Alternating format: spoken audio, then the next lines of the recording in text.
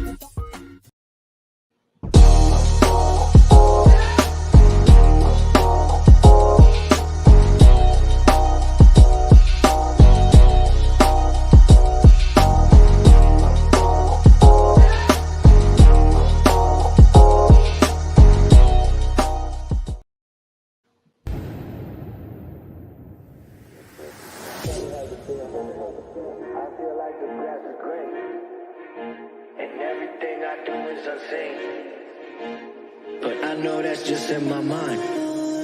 I know everything is just in my mind. Do you really want to be famous? Do you really want to be a superstar? Do you really want to get dangerous? Do you even know where the groupies are? Bitches out here be... Welcome to Hammer's House.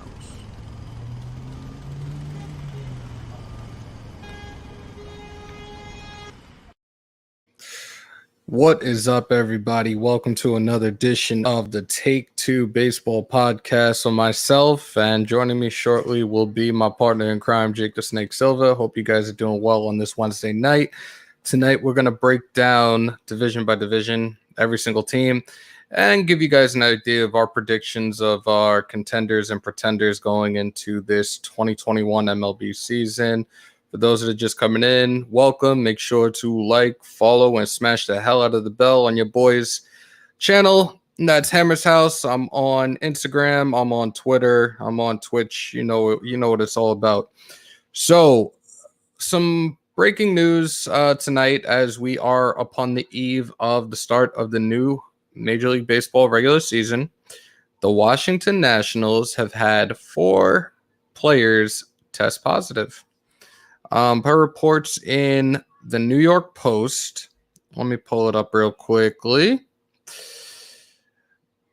General Manager Mike Rizzo revealed Wednesday that 1 player tested positive for COVID-19, while 4 other players are among the 5 people who have been quarantined after contact tracing. The 5 players whose identities were not disclosed will miss Thursday's opener in Washington versus New York Mets. The other close contact is a staff member, none of the affected. Per Rizzo, we're still in the process of finding out what exactly their status is. They're certainly out for tomorrow's game. So kind of a bad look to start this season, as nobody was reported testing positive all during spring training, thank God. But there was a charter flight that they took from their spring training facility back to DC, where they're supposed to start tomorrow. And apparently that was the only interactions that have been going on was amongst the teams. So as of right now, those guys are most certainly out. And again, they're not releasing the name. So who knows? We might probably figure it out once they reveal the opening day lineup tomorrow. I'm kind of surprised, but you know what? I hope these guys get better quickly and we can start baseball as soon as possible. Moving on, we go into, what time is it right now? 8:20 on the East Coast. So we are 3 hours and 41 minutes from the deadline that Francisco Lindor issued to the New York Mets in regards to a potential contract extension. Once midnight passes, he will not be talking about extensions. The extension will not be happening until the end of the season, which sucks because God only knows how he performs this coming season. His market value might go up higher than what he originally wanted and what the Mets offered. The Mets were said to have given a final offer to Lindor for a 10-year, $325 million deal. Francisco Lindor is looking along the lines of a 12-year, $385 million contract. This would be Steve Cohen's first major splash as the new owner of the New York Mets. He made a great trade bringing Carlos Carrasco and Francisco Lindor to the Mets alongside signing other guys and making other trades during the offseason. But signing him to an extension would be the biggest splash so far. I think ballpark-wise, let's meet in the middle.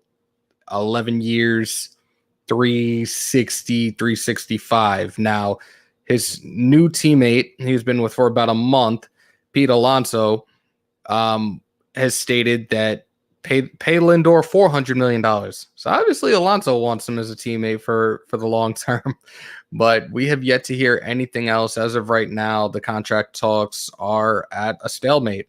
So we have to wait and see how this plays out. I'm extremely nervous, as you guys can see from the backdrop. You can see from my hat, shirt, not so much.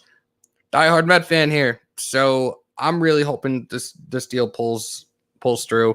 I mentioned before in regards to a deal like this happening, back in 1998, the Mets traded for Mike Piazza from the then Florida Marlins, and he got an extension after the season. That was in October of 98. He ended up getting, I believe it was an 8-year, $91 million deal. So I was looking along, maybe that can happen. Obviously, the market's different now, so he's getting a hell of a lot more, obviously. But I feel what his production could potentially be this year, both offensively and defensively, we're looking at probably $400 million or more if he doesn't sign this deal tonight, and he could end up going elsewhere. There's plenty of other shortstops that are going to be out there this coming offseason, but Lindor is one of the premier, if not the best shortstop in the league right now. I put him probably Tatis, Lindor, Correa, Baez, so on and so forth. So, like I said, I'm still waiting for my boy Jake to get in here. He was running a little late, and I have another guest that's supposed to be jumping on tonight as well. I'm also waiting for him. So let's see if there's any other Major League news right now. Do you really feel we get it done tonight, though? The clock is ticking, and I'm getting more and more nervous as this goes on right now. I've been checking Mets news and constantly trying to update my phone and see what's going on. And right now there's still a stalemate. So this is very interesting to see. But the thing is, we have to look at it with when free agency started, the type of guys that we could have went after. We had Trevor Bauer, we had George Springer. Apparently there were offers made, but I guess it wasn't what they wanted, and they walked. And who's to say that Lindor will not do the same exact thing? Oh man, this thing is just driving me insane right now. Let's look into other MLB news right now at the moment. There's really not much else besides this whole thing with the Nats missing 4 or 5 players right now with this whole COVID thing. Oh, 4 hours ago, George Springer is on the injured list. I'm sorry, I know it's not funny, but looks like we dodged another one. Let's see what this injury is. This is per the MLB Network. The Blue Jays will be without star outfielder George Springer when they open the season in New York against the Yankees on Thursday. Manager Charlie Montoyo announced that Springer is headed to the 10-day IL with a grade 2 left oblique strain he's been dealing with late in camp. Springer first underwent an MRI on his oblique after dealing with some inflammation in the area and was diagnosed with the strain on March 23rd. This past Monday, Springer had a follow-up MRI that showed improvements, Montoyo said, but the Blue Jays aren't taking any risks after Springer, signed his 6-year, $150 million contract this past offseason. So there's a little bit of a hit for the Blue Jays to start the season. And I know Voit is also out for the Yankees as he has a torn meniscus. The bad luck and injury bug keeps piling up for those Yankees, but we'll see how that pans out for them this year. We want to compete with the other New York team and the big dogs. We got to open the bank. You're absolutely right. And he's the guy that has the money. There were reports out there for quite some time that The only reason that he got this deal was apparently he told other owners that his first year of ownership that he would not break the luxury tax, and he has yet to do so. That was his little promise in year one. I still think we need to sign Lindor ASAP. At least your team isn't injury prone like my Yankees. No, we just need to learn how to spend. That's what we got rid of the Wilpons, and got new ownership out of Steve Cohen. But if he doesn't make this deal tonight, I'm telling you now, the fan base is going to eviscerate him. He talked about change. He has this plan of the Mets getting to the World Series. I think it was like a 3-year plan. The time is now. You traded for him. You traded for Carrasco. You made other deals in the offseason to build this team up. You need to have Lindor for the long run. 27 years old, in my opinion, is still young. You put him on a 10, 11-year deal, he'll have his whole career in New York. Put in a no-trade clause. Put in opt-out clauses. If you do an 11-year deal, do an opt-out after year 3, after year 6, after year 9. It works. The money will work. Do not backload that contract, because you're not going to know what he's going to be doing down the road when he's 36, 37, 38. Like I I'm not a GM, but I swear at times I think the Mets should listen to me. I might have to call into ESPN radio tomorrow morning about this as well if nothing happens, because it's getting out of control. And the clock is ticking, man. I cannot wait for this season to start. We're finally getting a full season. I know there's going to be a limited amount of fans. Definitely going to try my best to get into Citi Field as much as possible, God willing. But we're going to go into the division-by-division breakdown unless I can get a hold of my boy Jake right now. Let's find out where the hell he's at.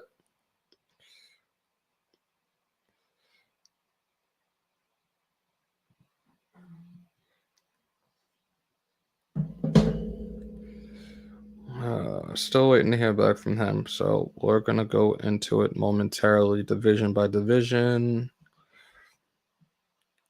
And we'll start with the National League East. As of right now, the Braves are supposedly the team that's going to win the NL East. I don't see that. Obviously, I'm being biased, but who cares? What up, Key? Oh, wow. Okay.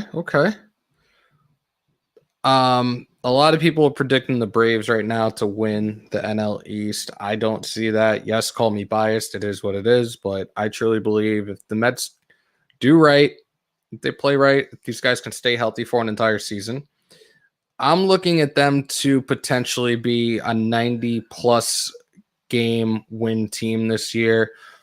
I think the Braves might come in second, slightly behind them. And then the rest, the bottom of the barrel, Washington, the Filthies, and the Miami Marlins. But as of right now, this is what we're looking at for the projected lineup for the New York Mets. You got Brandon Nimmo leading off, Francisco Lindor, Michael Conforto, Pete Alonso, Dominic Smith, who's probably going to be playing a lot of outfield right now, Jeff McNeil, who could pretty much play anywhere, J.D. Davis, and James McCann would be your projected lineup, with the starting rotation as of right now being Jacob deGrom, Marcus Stroman, David Peterson, Taijuan Walker, Joey Lucchesi. There's still other guys. You have Carrasco and Syndergaard on the IL. Syndergaard, Thor is expected to be back by late June, either just before the All-Star break or after the All-Star break.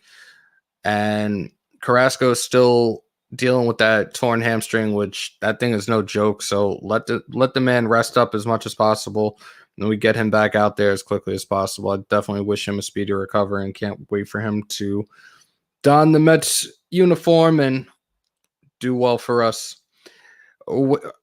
No idea where he's at. Spotlight. No clue where he's at. I'm texting him. I'm getting nothing. So right now, it seems like it's a one-man show for the time being, and just try to bear with me because I'm not good at that, but whatever. With the Atlanta Braves, we have, and I know we one of our first episodes, we broke down the Atlanta Braves for you guys. Projected right now, they're projected to be an 87-75 team, which would put them in second place in the NL East. Projected lineup is Ronald Acuna. Looks like Albies is on the IL as of right now, so he's day-to-day right now with a neck injury, so that might be a little strange for them. Freddie Freeman, Marcell Ozuna, Travis d'Arnaud, Dansby Swanson, Austin Riley, Christian Pache. With the projected starters, you have Max Fried, Charlie Morton, Ian Anderson, Drew Smyly, Kyle Wright. Mike Soroka is currently on the 10-day IL with an Achilles injury. So that goes another team that we might not have to worry about too much, but again, it's still early. The Washington Nationals projected 85-77 team, which I could potentially see that happening. And again, we just broke news to you guys that 5 of their players are currently out of tomorrow's opening day game. More or less COVID protocol is the best way. They said 1 tested positive, but the others have to be quarantined. You got Victor Robles, who is currently out. He's day-to-day with a back injury. Trey Turner, Juan Soto, Josh Bell, Kyle Schwarber, Starlin Castro, he's got a hamstring injury. He is out. Yan Gomez, Josh Harrison. Projected rotation, you got Max Scherzer, of course, Patrick Corbin, Steven Strasburg, who is currently sidelined with a calf injury. John Lester, he's injured with an upper body injury. And Joe Ross. So these guys are all already going into the season a little banged up. And then you have these guys that are going to be out as well. Not a good look for them. Taco, I'm waiting for you to come in. So let's go, bro. Next, Philadelphia Phillies. Projected lineup. Projected standings. You're looking at them at 82-80, just slightly over 500. They're going to potentially be 4th in division. Projected lineup: Andrew McCutchen, JT Realmuto, Bryce Harper, Rhys Hoskins, Alec Boehm, Didi Gregorius, Jean Segura, Adam Hazley. Projected starters: Aaron Nola, Zach Wheeler, Zach Elfin, Matt Moore, Chase Anderson, and potential 6, Vincent Velasquez. Right now, there's nothing on their injury. None of these guys are injured right now. Go figure. Like I said, Nationals right now are seriously banged up. And that leaves us to the potentially last place Miami Marlins. Projected 70-92. You got the projected lineup of Corey Dickerson, Starling Marte, Jesus Aguilar, Adam Duvall, Brian Anderson, Miguel Rojas, Jazz Chisholm, Jorge Alfaro. For the projected starters, you got Sandy Alcantara, Pablo Lopez, Alistair Hernandez, Trevor Rogers, Sixto Sanchez. So that is your NL East projections with the standings and projected lineups for the teams in the NL East. Oh, hold on one second. Let me give them a formal intro first. Do you like the Oakland A's? Are you a fan of the Golden Knights? Do you love the Los Angeles Chargers? Well then, my friend, you're in the right place. This is the Snake Sports Talk Show with your host, Jake the Snake Silva, brought to you by the Spotlight Sports Network. Ladies and gentlemen, stepping into the house, stepping into Hammer's house, Jake the Snake Silva. Fuck is up, bro? Uh-oh. Don't hear him. There you go. Unmuted me. Now you can hear me. There he is. Yep. Got a new haircut. Here we go. New me and everything else. I'm just glad to be up on here and everything else as well. Finally took my boy out for It's a fun time up at the park, but we're finally back and we're ready to talk some baseball, guys. And we've already covered the NL East, as of course my good friend Hammer, as well as ended up letting you guys know just kind of best predictions and stuff like that on the NL East. He's still saying no sound. I hear you. I hear you loud and clear. Yeah, I was just like, huh. Okay, there we go. Freaking Pat. That's funny as all hell. Oh God, Pat, get the hell out of here with that. Oh my God. And it begins, folks. And so it does. Now here comes all the roasting. We ripped into him on what was that, Monday night. It was pretty fun, actually. Yeah, it was Monday night. It's always a fun time. But yeah, so yeah, I really am liking the predictions in the NL East. Obviously the Marlins are going to be the Marlins. I mean, they're already in complete rebuild mode. There's no doubt about that. But throughout, the rest of the NL East, because I just see the Marlins starting there up at the bottom, rebuilding. They've already just gotten rid of a lot of real good players that I thought could really build up their potentials, and they still have some younger stars, Brian Anderson and so many others. And right now, it's just a complete change for them. So I see Miami there up at the bottom. In fourth, honestly, I feel like the Phillies are going to break fourth. The only thing is because it ain't about their lineup. Their lineup will be productive at times, but what's really going to kill them and be crucial is that pitching staff. Because if their starting rotation outside of Zach Wheeler, outside of Aaron Nola, who do you really trust on from the bottom half of 3 and 5? And that's the one thing you really have to look at deeply. And not to mention, the other part is the bullpen. The bullpen is not looking as strong. So any time that, they put up the much needed runs and RBIs, they're going to have crucial spots where they could not afford to give up hittable pitches. So that's one that the pitching staff really has to get control of. So I see the Philadelphia Phillies finishing up at fourth. I don't see them as a playoff contender yet. I just think that they still need some work. They still need some work if they really want to be serious and taking it to the next level to getting into the postseason. I see we got TDS Taco right up there with us, ready to roll. Ladies and gentlemen, the time is here for the homie from the Daily Sporting, Freeport's own, the talented Dirty Taco, coming into the building. Oh, and I see him. Boy! What's going on, man? The New York Yankees are officially in the house. God help us all. I love the Yankee flag in the background, but you gotta love this right here. Yeah, I love the Jeter, and I love the roof. But yeah, I remember a couple episodes back, I was hearing you guys talk about the Rays having the AL East over the Yankees. Saying it ain't so? I listen. It's a possibility, man. Listen, I don't know what they've got going on in the Bronx.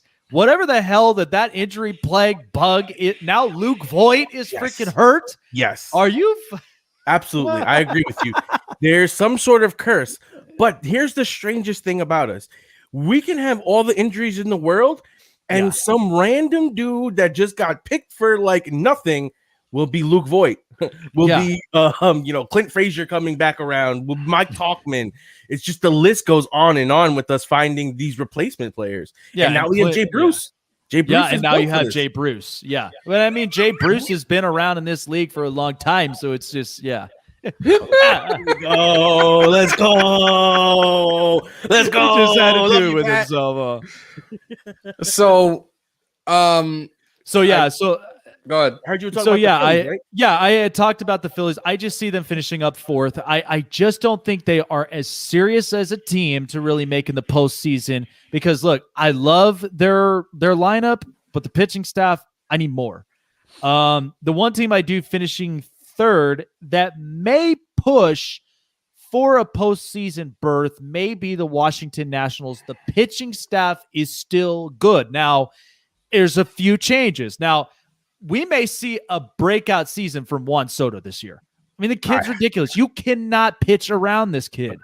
and anywhere that you throw breaking ball, fastballs, anywhere, he's just going to hit them out of the park, or they're line drives, opposite field, wherever. But I'm hoping to see good production out of Trey Turner on top of it, because you need to have your on-base guy.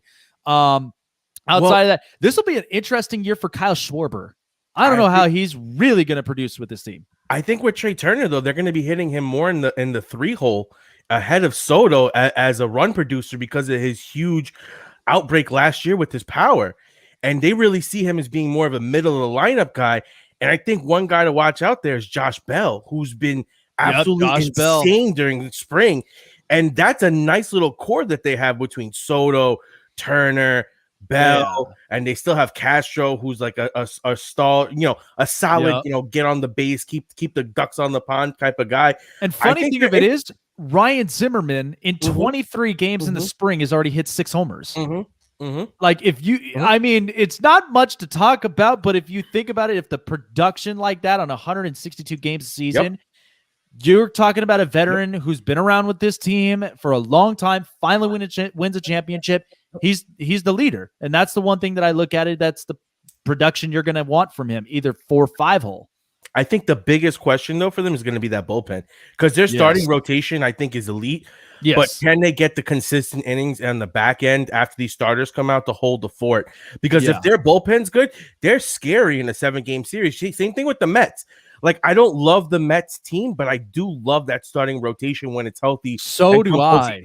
Yeah. And they're going to be scary, because if you can go, let's just say DeGrom, then you're going Noah, and then depending on what you get out of a guy like, Stroman, I think that could be a really 1, 2, 3, interesting punch. And with Carlos Carrasco and a bunch of guys that are really coming up. Well, remember, he is coming off of treatment and everything else. And with now him kind of getting that fresh feel, now in new threads, I think this will be a really good year for him. So now he's going to be out to start the season. So you have to wonder about his conditioning. Will he be able to get enough innings and work in before he comes in to get a feel for his pitches?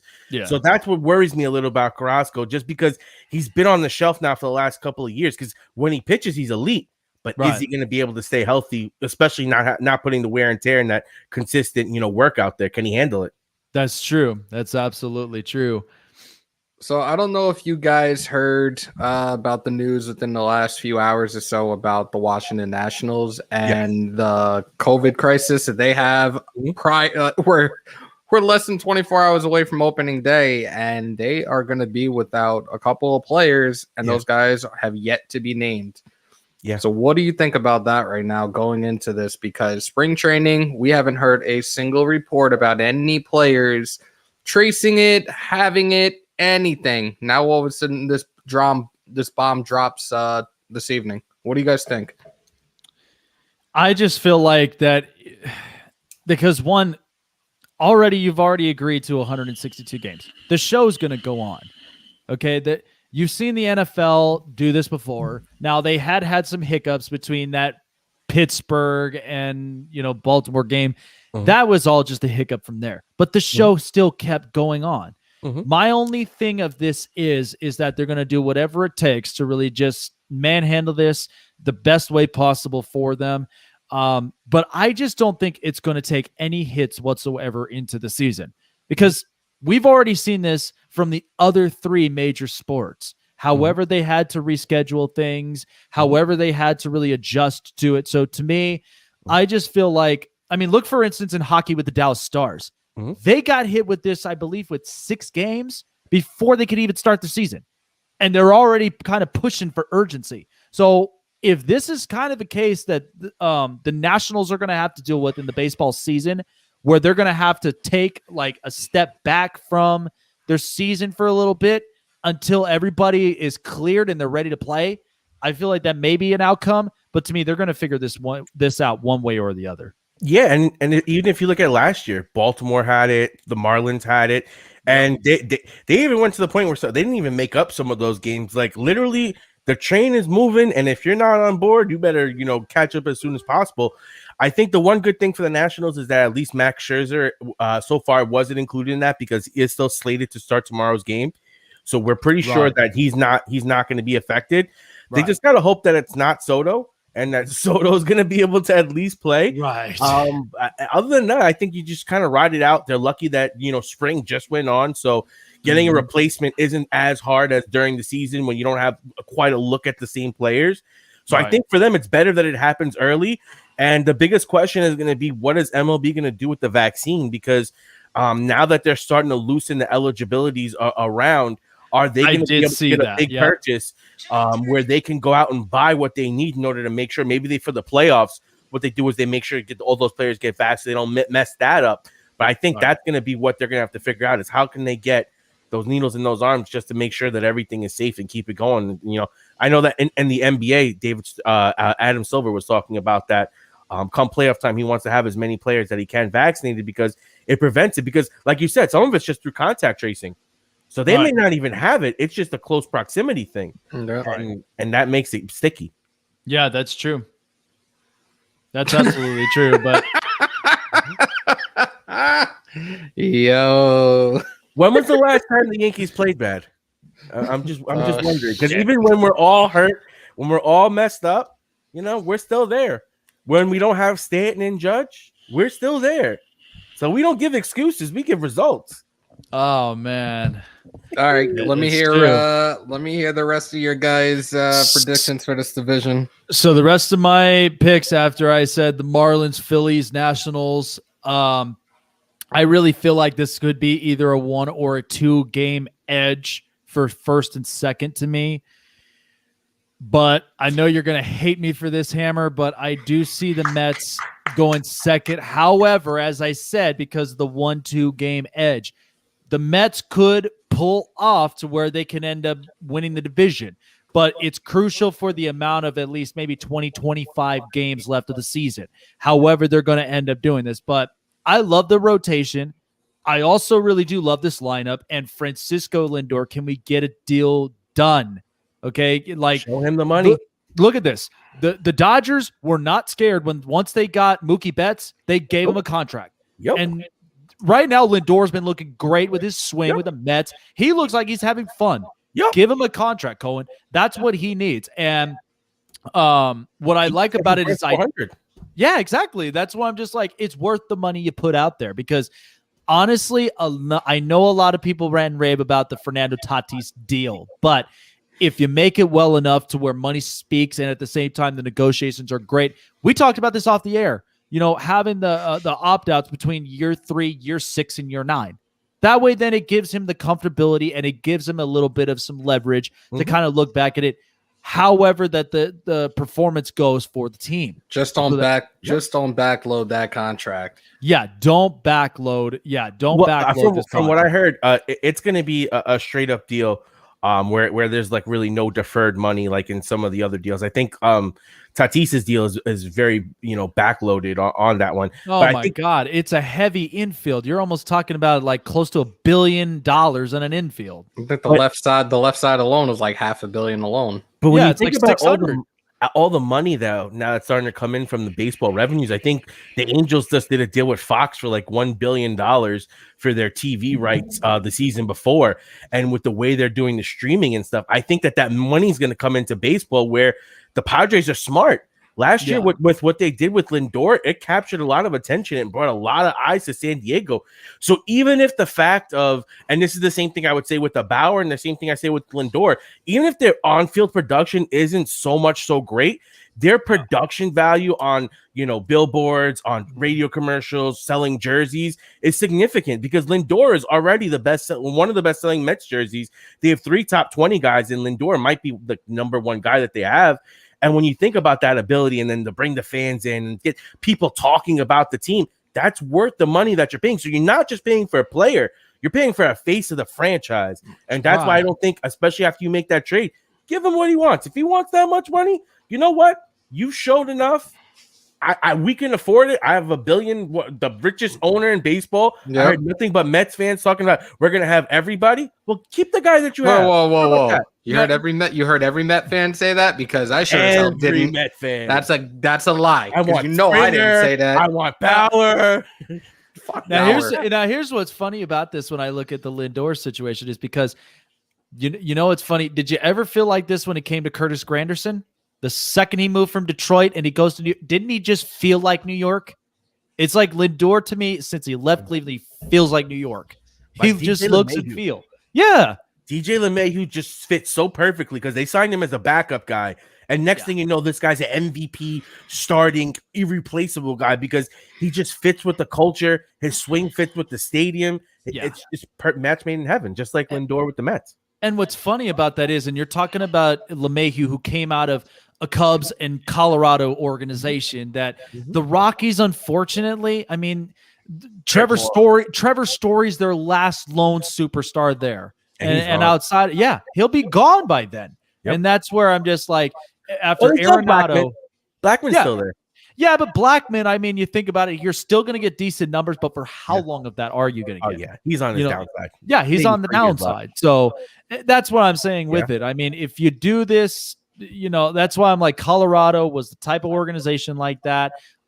Detroit was on the bits and ends until they started to get competitive. And then you had Cleveland that now we seemed like they were getting competitive, and now they're just kind of back into this middle of the pack thing. But one thing that Cleveland always has, though, I feel like they always have a good minor league pitching rotation. They really where they're literally, they'll get rid of one guy and another guy comes up. Like once they got rid of Kluber, Bieber became Cy Young material. Now they got rid of Bauer, and you got a couple of guys over there that are interesting, a couple of good prospects.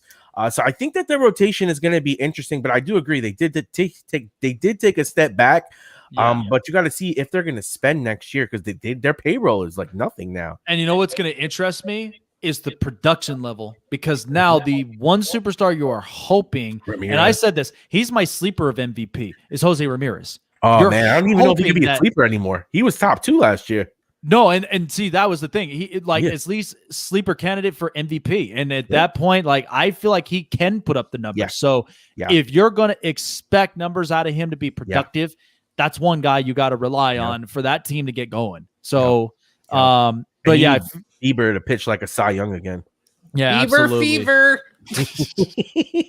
But for me, I honestly do have the Mets finishing second because of the fact that it's such a close edge. But I could see them potentially, winning the division at first place, depending on the game's edge. And then the top team that I have is the Atlanta Braves. Look, you could say what you want to about it, but I'm getting a healthy Mike Soroka back. Max Fried, I think, has really shown a lot of his real good stuff. They do have some good pitching arms, and even Ian Anderson, I think, is a real good potential as well. But what I am going to like about this is the lineup. Christian Pache now is going to be the young kid that's coming into here. I am hoping to see something better out of Austin Riley this year. And for Ronald Acuna Jr., you're going to expect a huge bounce back from him. I know it was a short season from him, but it seemed like there was some sort of change. But I watched this spring. He looked great. And I think he's ready to just have this season start and get this over with, because I think there's a little bit of like that chip on their shoulder for Atlanta, that they want to be back in the NLCS. They want to compete for the World Series, because after that toe-to-toe with the Dodgers, they're like, no, job's not done yet. We're just only getting started from here. And now with these young kids like Pache and one other one, I believe it was Waters. Yeah, he's going to be another kid that's going to be fun to watch when he makes it into the big leagues. And I feel like guys like Osuna and Swanson are going under the radar, because Swanson's been putting up 2020 seasons, good defense, great on base. And Osuna last year really came out. He could you believe the price for him? Could you believe the price? No, I was they like, had to do it. There is no way. Like, I was like, that is such a club-friendly deal. That's really what it looked like. The Braves to me are one of the teams that have the stable veterans and the young farm system ready at the right time. Like at the trade deadline, they need to make a move. They have all the prospects necessary to make the move to get the arm or the bat or the closer that they need. Plus, they kind of have, they improved in the bullpen. They weren't terrible at it, but I think that's their biggest deficiency.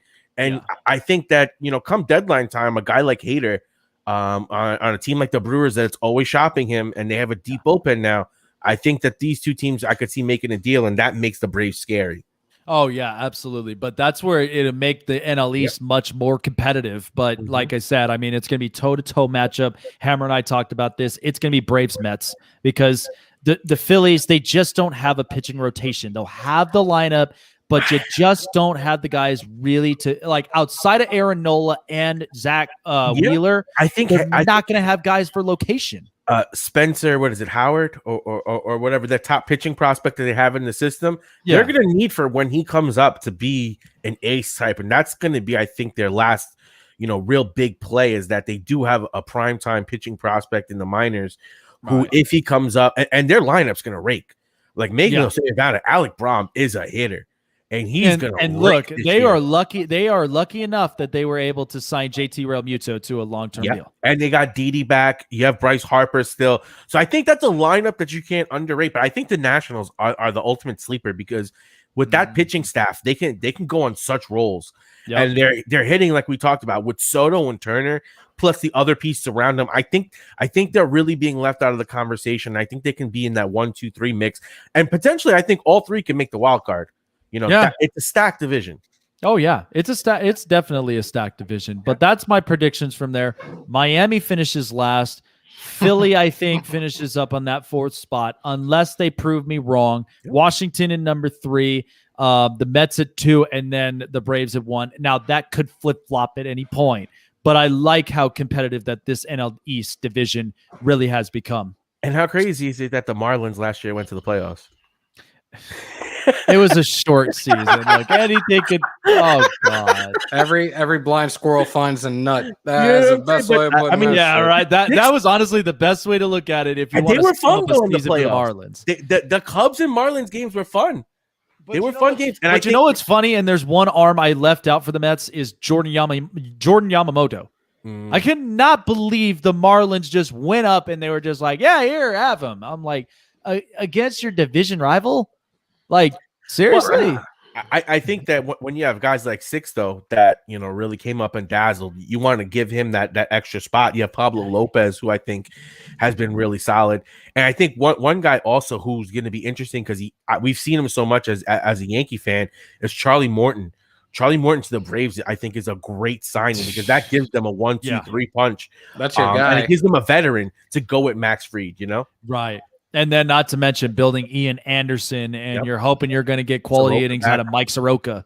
God, you're talking about a four-headed monster right there, where I don't think any of them are as good as, DeGrom at his peak or when he's rolling, but I think they could all fit in as 2s and 3s. And can the offense get enough off of DeGrom, and can they beat some of the other guys up? How does Noah come back? Does Cookie come back?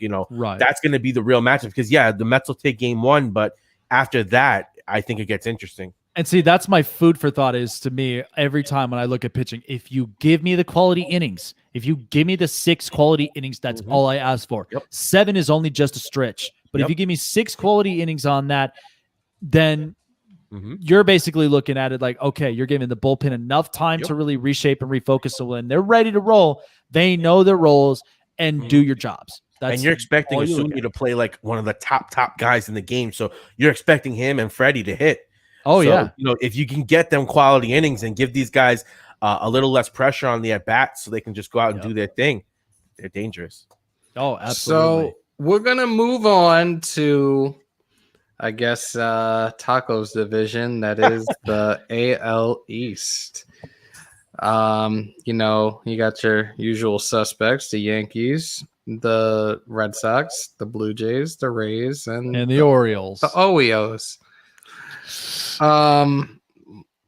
Projection wise in regards to who's going to finish where, I have the Yankees winning the division, Toronto Blue Jays finishing second, just barely getting by the Tampa Bay Rays. I think Toronto's going to end up finishing in second place by a game in front of Tampa, and then Boston and the Orioles finishing it out. So curious to hear what you guys think on this.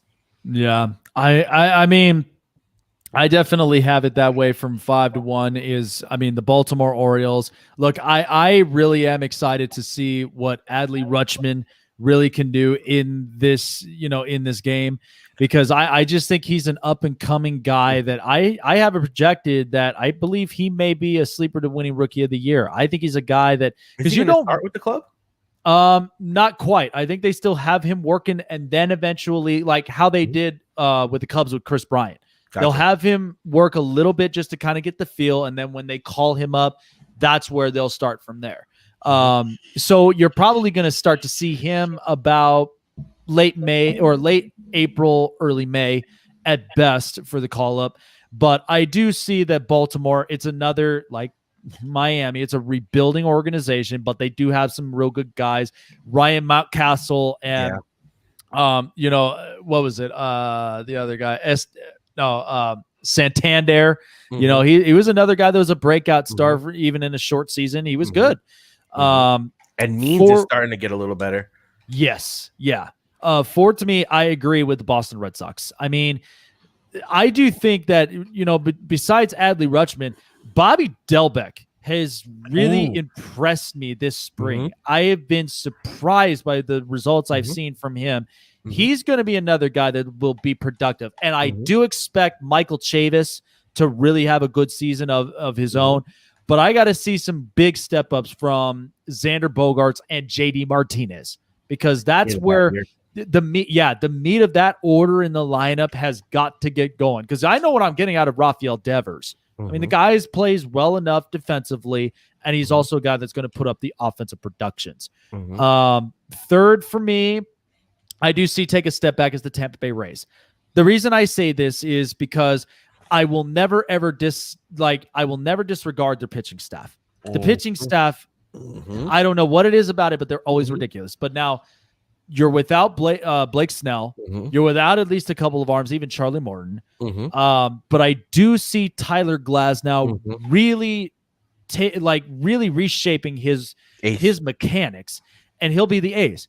Chris Archer, which is interesting to me that they bring him back. They are going to really fix him up from like bottom to top and really make him the ace that he was of this staff years ago. I do think that the lineup is kind of jumpy. It's almost like Washington to me. I think Randy Arozarena is really going to be the breakout star for this lineup. And a couple of other really good notables like Joey Wendell and a couple others that could have some real good sticks. Yeah, Brandon Lau as well. So this is a team that I want to see what their production is going to look like. But because of that pitching staff alone, that'll be a team that's going to finish third, maybe punch their ticket into a wild card spot. Number 2, I agree with the Toronto Blue Jays. They have a real good rotation. I can't wait to see how Nate Pearson pitches in this league. But I like the lineup with Kevin Biggio, Bo Bichette, Vladdy Jr., and also George Springer. That's a team that is really going to make some noise in the East. Maybe not like how it was in the 15 season, but this will be good enough where the production, it's going to be a fun team to watch. Springer is on the 10-day IL, by the way, with an oblique strain to start the season. Oh, God. I think one guy that went under the radar for them, too, was Marcus Semien that they got from the Oakland A's. Oh, to play second base for them. And See, I think that's going to be a great me as an A's fan, I never understood that deal, because I'm just like, what the hell are you going to do with him? I know you're going to put him in second, but like he was really tough at short. I mean, he had an MVP type season in 2019. Like he was putting up the numbers. He had last year. He has great power. He has decent discipline. I don't think he gives you the most in the average, but overall, I mean, when you think about what you would be putting there, I think he's like one of the top, 100 players, I would say, in the game. Yeah. So it's definitely an improvement. But I do think that with the Rays, like you said, their pitching staff consistently, time after time, is just so good. And even in situations especially that bullpen. Yeah, they will go with openers. And I think that's the thing that scares me about them more than the Blue Jays, is that their front office is so good. Like even with their lineup is literally based on who your starting pitcher is, because they say set matchups.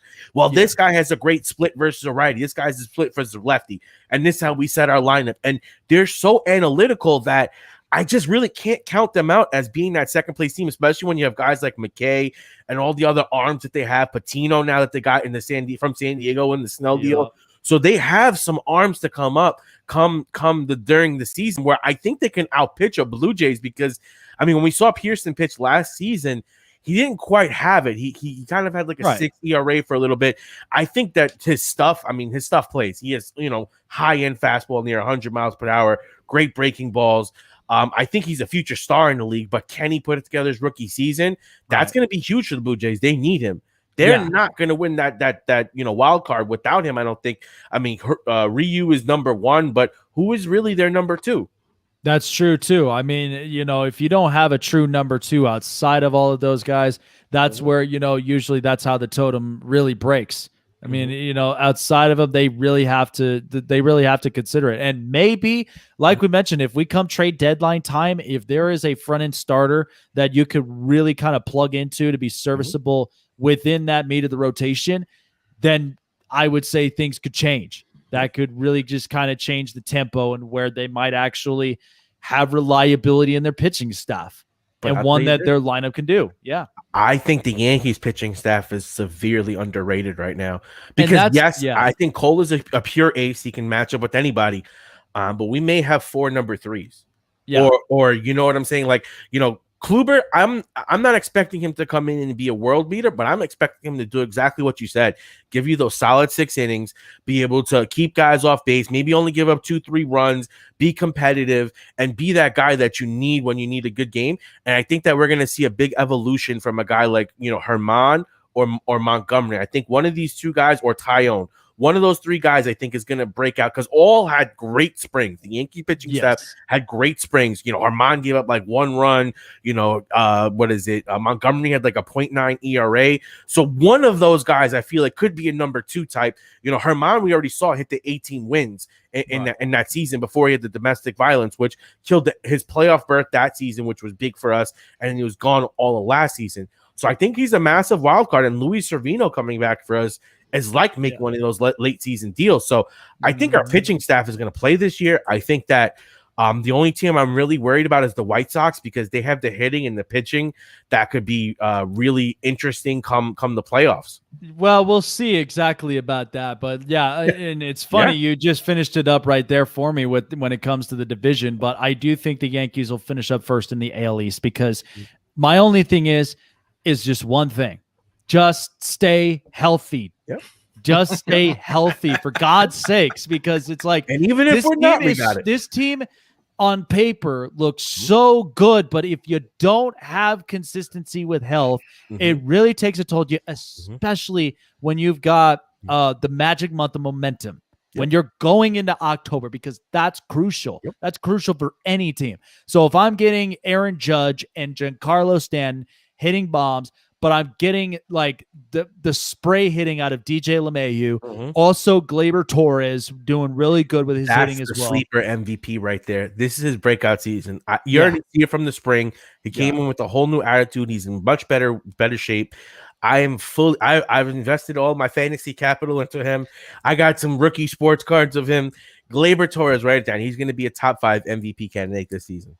And honestly, I couldn't agree more with you on that, because I feel like Gleyber Torres, the more he just continues to work on his hitting mechanics, he will be that guy that pops. My biggest thing with the rotation is because Garrett Cole, I already know what I'm getting out of him. But I thought it was really interesting. And isn't that funny for a former Cy Young Award winner in Corey Kluber? The fact that he comes into a Yankees rotation where giving him the 6 quality innings. Remember, this is a guy that Cleveland, unfortunately, the way they were servicing him was one that I wouldn't have done like myself. I would have at least just given him the benefit of getting those quality innings and then just shutting it down from there and relying on my bullpen. And so now him coming into this Yankees rotation, it's going to be a lot better. The only subtraction they had was James Paxton as he goes back to Seattle again. But I am getting Jameson Taillon on top of it, and I do think he's an underrated rotation guy, because watching his stuff in Pittsburgh was really good, especially when it was him and Trevor Williams. Those were 2 underrated guys I enjoyed watching in Pittsburgh. And I think Tayon's really going to mesh well, knowing that you're going to have the consistency of this rotation. It's going to get better, but I do see the Yankees winning this division here in the East. And he's really good friends with Garrett Cole, and that's one of the reasons why they did get him. Oh yeah, because when the second that Cole was in Pittsburgh, it was helping him out to where it was fixing his mechanics. And don't forget about this, because it would have been interesting had you seen Tyler Glasnow, because you only spent short term with Pittsburgh. That the Pittsburgh Pirates made one of the that. worst deals ever when they when they went and got Chris Archer for that. Archer for nothing. Nothing. It was so bad. And Pittsburgh's just down in the tank. It's unfortunate. But yeah, that's what I have it finishing at. Baltimore, Boston, Tampa, Toronto, and the Yankees there. That's from 5-1. That's the standings I have for this division. Moving on, we're gonna move to the NL Central. And lovely. Yeah, right. Let me pull it up. Playing in the mud now. So you got the Cubs, the Reds, the Brewers, the Pirates, and the Cardinals in this division. And right now, this is as of tonight, I guess, with projected standings, and I'm agreeing with because we talked about this a while back too, and I agreed with it, and I'm still the same with it. Milwaukee Brewers winning the division. The Cubs and the Cardinals are going to be dead tied by the end of the regular season. Looking at 80 and 82 for both teams. Cincinnati Reds finishing at 79 and 83, and the Pittsburgh Pirates finishing at 62 and 100.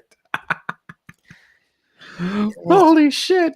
That's so crazy. How could the Reds have Castillo and Sonny Gray and just be so bad? Because Sonny Gray was last year. Sonny Gray was year, but when he was a Yankee, he was damn good with the juice. A's. But he sucked with the Yankees. Yes, I agree. I mean, listen, you know what kind of sucks about this now? Because we lost both of those prospects now to trades.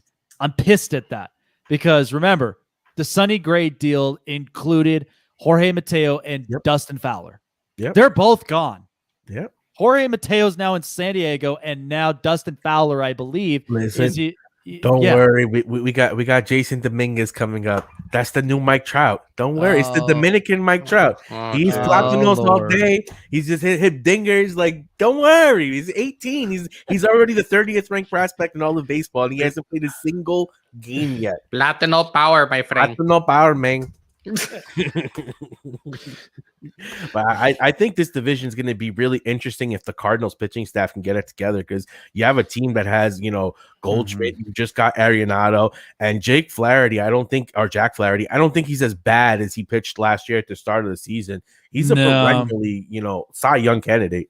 Yeah, and I think that also too with him and Adam Wainwright being there with him as a veteran presence, that's one thing that's really going to help him. But again, all of that is really going to come from the quality calling that you're hearing behind the plate with Yadi Molina. I mean, he does this all the time. Bro. My God. I mean, I love watching this guy. I've always said this. He's a future manager. He is a future manager, Yadi? in my opinion. Yes. Of the Cardinals. Catchers make great managers, dude. Okay.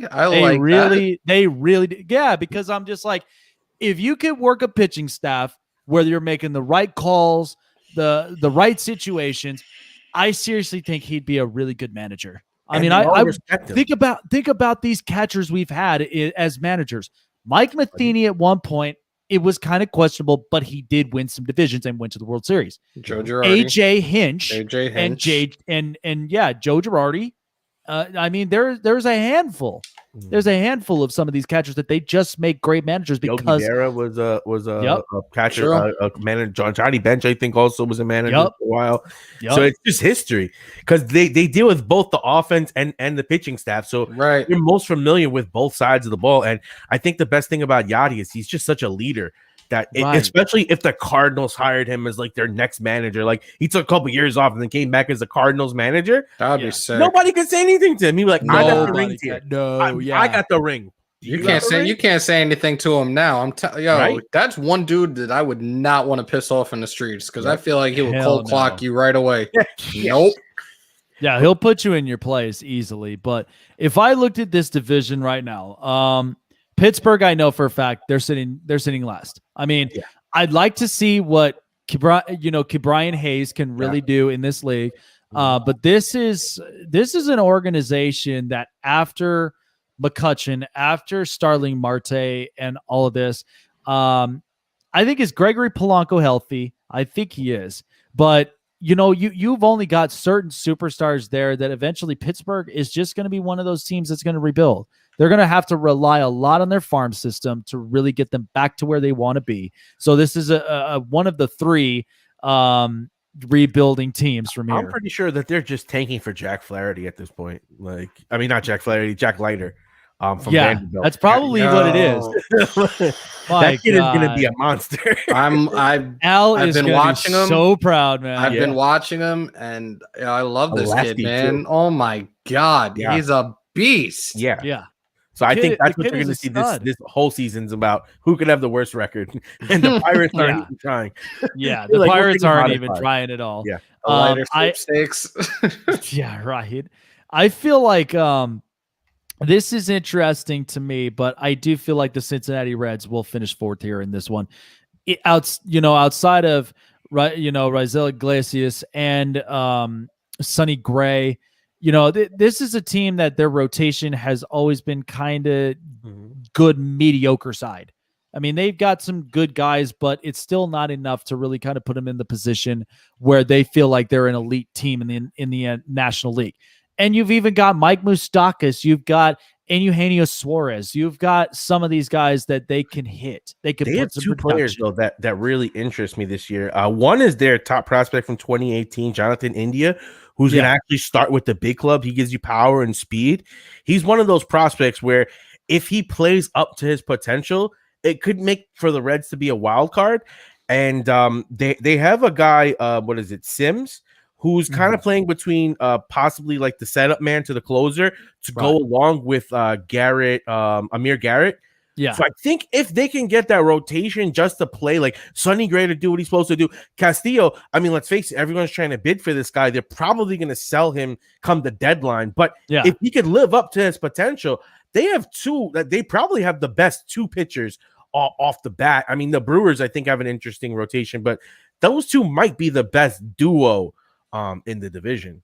Oh, I couldn't agree more. I really do agree with that. I think that's exactly what maybe the play in the cards for them. But if they really do, again, this is a team that they got to catch fire. If they're going to make that happen, they've got last year. Yeah, they did. And you have to think about it too with their lineup with Nick Castellanos and a lot of these guys. Oh, yeah, he's on fire. I mean, the guy has made some serious adjustments since he was, acquired from the Cubs, and then not to mention being with the Reds. His production levels have been so much better. And it's kind of surprising because Detroit was just not working out for him. It was not clicking. And then eventually, once he changed colors and changed leagues, it's been much better for his production. And I can see a lot of that plate discipline out of him. And so I do see Cincinnati finishing fourth here. Third to me is interesting, but I do see the Chicago Cubs. Look, I look at it this way. To me, they're so much like a mirroring image of the Chicago Blackhawks because you've got superstars, Anthony Rizzo and Chris Bryant. And then you also have Javier Baez. Wilson Contreras, I'm not worried about because I know you're still going to have him in a Cub uniform. But what's interesting to me is that I'm surprised that you're getting good production levels out of Jock Peterson. What the hell? Are you serious right now? Like, that's the one thing that really caught my attention the most this spring. You know who also was pretty solid for them the last couple of seasons, even though it's a horrible contract, and that's Hayward. They need to sell him out. They need to sell him out badly. Now, here's my question to you. Who do you think is a better player at this point in their career? Would you take a Chris Bryant or would you take a Eugenio Suarez? Suarez. I honestly... Because I think that the Reds' offensive lineup might be better than the Cubs at this point because Rizzo also was someone that had a really down season. And the Cubs, I mean, other than Liam Hendricks or Hendricks, I would say who's really Kyle Hendricks, who's going to be their ace? That's going to be and their bullpen is suspect because I don't trust Kimbrel. Yeah, no, and Kimbrel, to be honest, he does not have the same stuff like he did in Atlanta. Not at all. And this has really changed for him because bouncing from San Diego to Boston to, Chicago, this is where he's really trying to find his mechanics again. And I just don't think he's really found this. I don't know what it is, but this is why I feel like it's a mirroring image of the Blackhawks, because you, outside of Patrick Kane and Jonathan Taves, you're hoping that Alex DeBrincat, Andrew Shaw, and a lot of these young kids are really going to pop. And you lose Brandon Saad, you lose surprisingly Robin Leonard, and now Corey Crawford. So you're going to get those old contracts. That's why I'm like, buy out the Jason Hayward contract because it's not helping your cause. His offense has been massively terrible since he signed the contract in 2016. If there was one horrible to tell off, it would be the Cubs. Because, like you said, it's just like they have a lot of guys like the Hayward, like even like Chris Bryant. I feel like they did everything they could to try to sell him in the offseason, but that value from his MVP season has completely diminished, I feel like. But this is the thing with it, is also the injuries and the health. This is the one thing that's really kind of taken a toll on it. But at the same time, they've been bouncing everybody everywhere. That's what's the unfortunate part, because you thought that Chris Bryant would be the everyday third baseman. No, they bounced a lot of people, whether it's going to be David Bodie or it's going to be, Baez up at third or any of them. So they've utilized everybody. And I'm just like, look, is this a team full of utilization? Is that what's happening? Because you couldn't put Kyle Schwarber around in a lot of places, even though he slimmed down to play outfield, which that was all the effort. But then you think of where you're going to put Wilson Contreras. It seems like there is such a complete cluster that this is why the Cubs were pushing for universal DH, because it's just like we have so many players. One, they could have used Schwarber as just a stick, and then others they could have used like, okay, this is their natural position. They're good.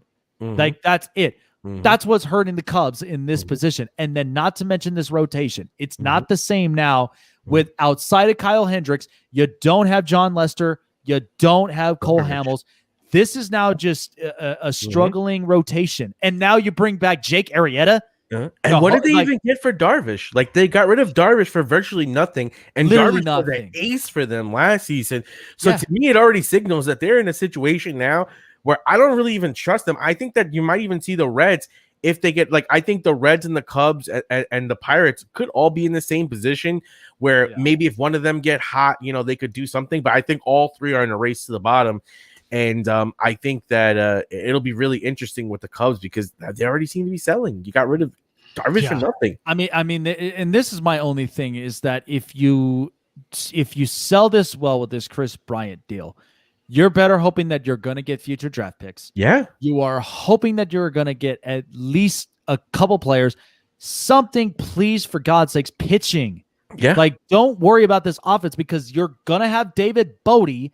You're going to have, you're going to even have Nico Horner. Yeah. You're going to have these young kids that are going to be coming up for their offense, because offense, you can find it anywhere. But if your pitching's not right, that's where you really have to fix that position the most. And it's most important in this league. Yeah, and I think they're going to have to rely a lot on the kid, Alizoy, that they have coming up. They're going to need him to pitch like he's at least a top 3, top 4 rotation piece coming out of the minors for them to compete, because the staff is short. Yeah, it's true. My number 2, of course, is honestly the Milwaukee Brewers.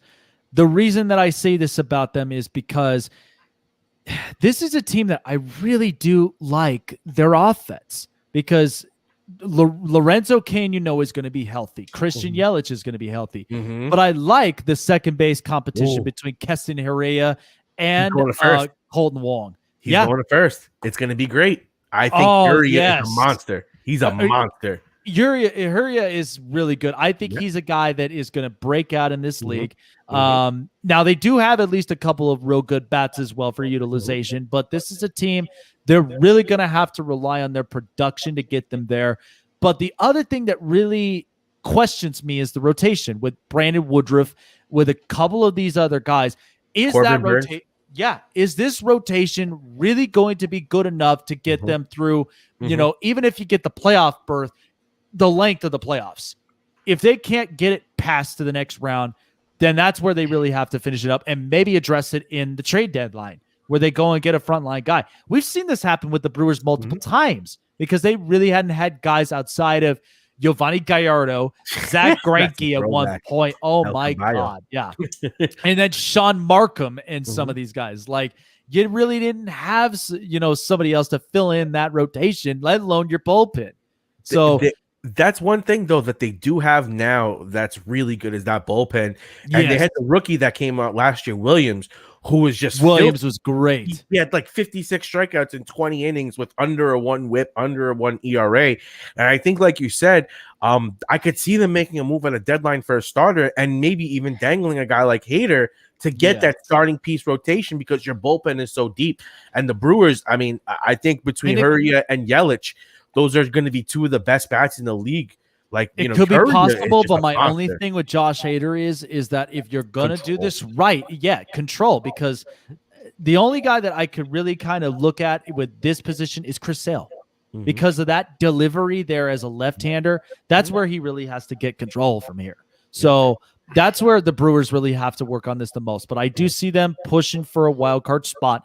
Now, the one team, of course, that I see winning this division is the St. Louis Cardinals. I just look at this with this offense. Now, yes, outside of Jack Flaherty and Adam Wainwright, these guys have to step themselves up. But I do feel like the Cardinals may address something in the trade deadline we wouldn't even expect. And that's the one part that's really going to juice up the rotation. Needs at least a little help in the bullpen. They'll probably get some bits and pieces into their bullpen. But this offense with Paul Goldschmidt, Nolan Arenado, I've been seeing some good things out of Harrison Bader that I think is really good. I think he's going to be a standout guy. Paul DeJong, you're hoping is going to be healthy, that he's another guy in that 1-2 spot that can get things started. But ultimately, that is the kid. Yeah, Carlson, he's going to look like that kid, man. Yeah. But I do see that. So that's my 5 right there. Pittsburgh, Cincinnati, Chicago, Milwaukee, and St. Louis from 5 to 1. Interessante. We now move on to the AL Central. Oh boy. Another Chicago team. Your favorite, your new favorite team, other than your Oakland A's for some strange ass reason. How can you have all that Yankee stuff and be an Oakland fan? You're sending mixed signals. Okay, this is where I got to tell you this, Taco, because I do have family that live in New York. They live in Long Island in Smithtown. And the first game I went to when I was 6 years old was at Yankee Stadium. And let me tell you the guys. Jim Abbott, Derek Jeter, Paul O'Neill, Tino Martinez, Joe Girardi. I seen all of those guys. And Derek Jeter was my absolute favorite icon, just as the captain, like the leadership he had, clutch hitting and instincts. That was the one thing I had. And then what was cool about it, fast forward to 13, I did go to Cooperstown. I seen the Baseball Hall of Fame. Fabulous, dude. It was awesome. And then to top it off, icing on the cake, we go down to the Bronx and we do the Yankee Stadium tour. And I got a chance to be on the field. Yeah. I got a chance to be on the field with all the legends, all the greats. And it was just like, man, I was soaking all of that in. Did you go to the old stadium or new stadium? The old stadium. Oh my God, that one is so cool. The press boxes that they have with my God. Oh my God. The legendary announcer's voice, dude. Like Bob Shepard. Bob Shepard is the shit. Shepard was the shit, dude. Seriously. It just had that old feel. Oh, nostalgia at its finest. The Museum of Natural History. Anyways. Dedicated to the Yankees. I love it. But to me, it's like how I became an A's fan is I just love the young talent. I love like kind of the next kid. Yeah. Like the next kids up, I love the fact that they don't keep them though. Like they don't, but they, for whatever reason, they still stay competitive. They just are waiting for that opportunity to win a World Series. No. That's the only thing.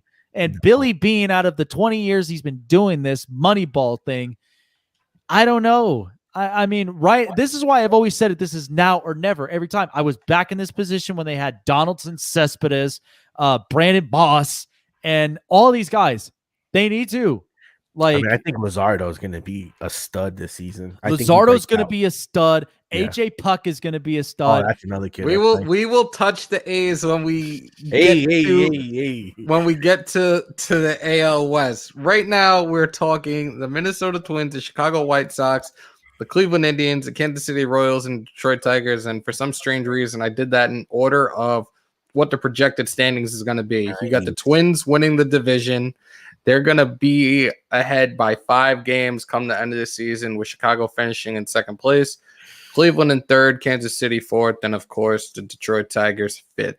Let's hear what you guys got to say on this. So to be honest, I feel like I'm flip-flopping Detroit and Kansas City. I feel like Kansas City is going to end up hitting the 5th spot. The only reason is because it is a young rotation.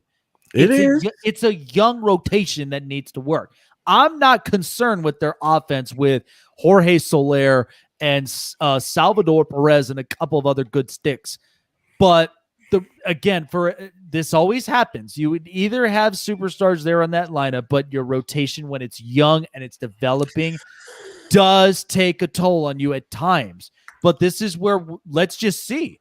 I mean, but they do have some high quality young guys, because Singer last season was not no slouch. No, I'm expecting him to be really good. I have invested a lot of fantasy capital into Singer because I do think that he is one of those young guys that has that staying power. You also have Daniel Lynch still there coming up. So the Royals have prospects, and like you said, their offense isn't something I'm going to worry about. They have good defense. They're another guy like, they have the Yadier Molina AL version in Salvi Perez. So he's a solid guy behind the plate. He gives you a lot more offensively than Yadi, because he just signed that massive new contract. He's been hitting the ball absolutely on a tear recently. You still have the Soler there. I think that Carlos Santana will be good for that lineup because he gives you good on base percentage, get some guys on. Sure. Mondesi is still good. I'm buying Singer and some of these rotation arms that they do have in Kansas City. I think that the Royals make noise, and they don't finish 5th. I mean, I don't think they make the playoffs, but I think maybe they're better in 3rd. Yeah, I mean, well, and we'll see it because, like I said, this is one of those teams. Bobby Wood Jr. They do. Yeah, Bobby Wood Jr. Yep, and that's where I'm just like, I look at it like this is another team that has to catch fire if they're really going to make that happen. So if they do, they might change our minds, and we might actually think positively about this team's development. The Detroit Tigers, I do see up at 4th. My thing is look who you have at the helm, AJ Hinch. Yeah. Now, I know a lot of people are going to say whatever, but he's the only person who came out clean of the situation. Alex Cora didn't.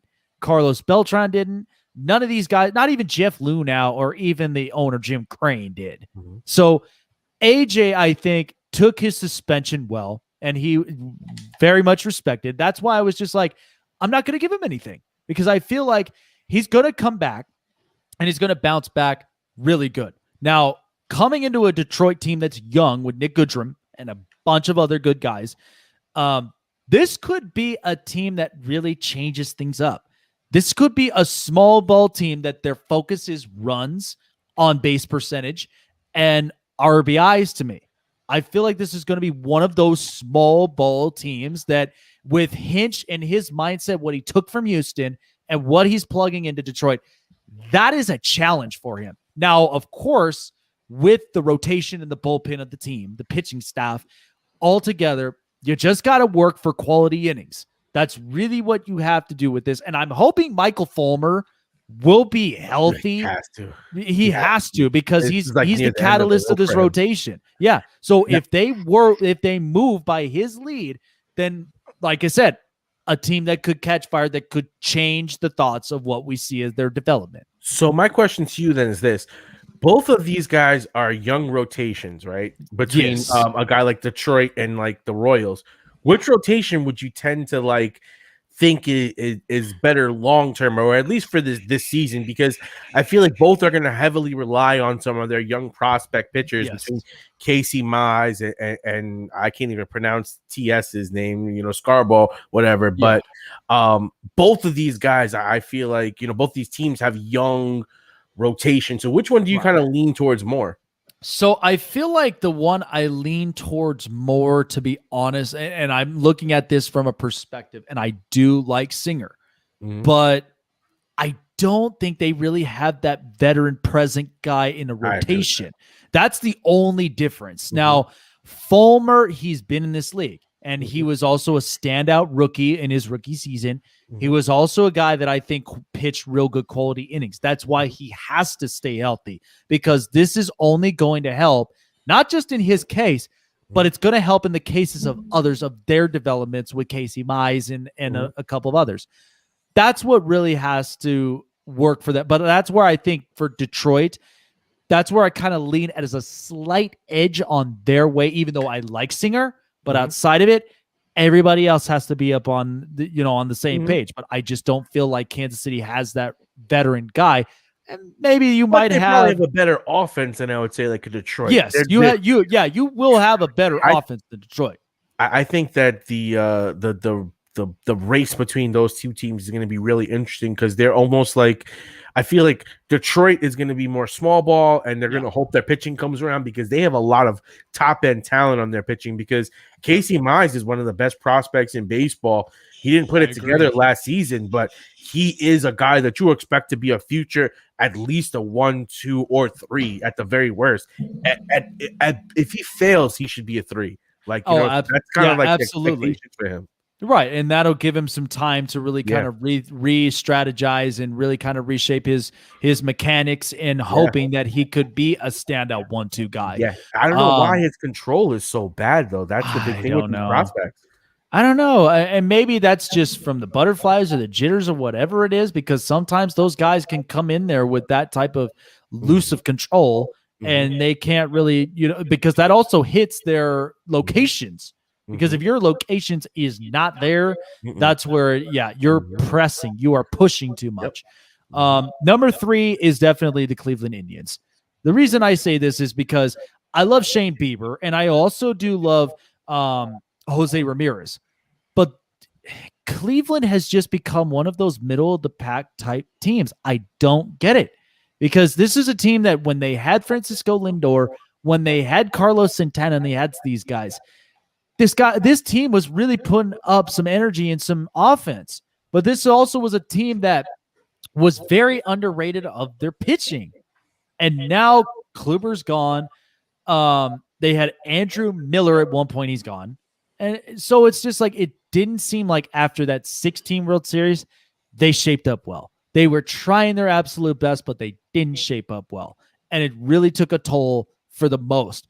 But I do see Shane Bieber really staying consistent with his pitching and his control. Jose Ramirez, I see as a big production year, an MVP caliber year. Now, it'll be interesting to see how guys like Ahmed Rosario, Bradley Zimmer, and a bunch of guys. I am hoping that Tyler Naquin really gets things going for them in their offense. But it'll be interesting. And Fran Reyes. So it's like Cleveland to me is just... The guy that they traded from the Mets, I think he has an interesting upside, some stolen bases, some good defense, and like you said, I feel like that this is the team that they were a good team, but they came up at the same time that the Astros and the Rays and the Yankees kind of all had their plateau. So it's kind of hard for them to stick out when, the Yankees have been, the Yankees haven't even won. They've been knocking on the door because you've had Houston being so consistent for so long.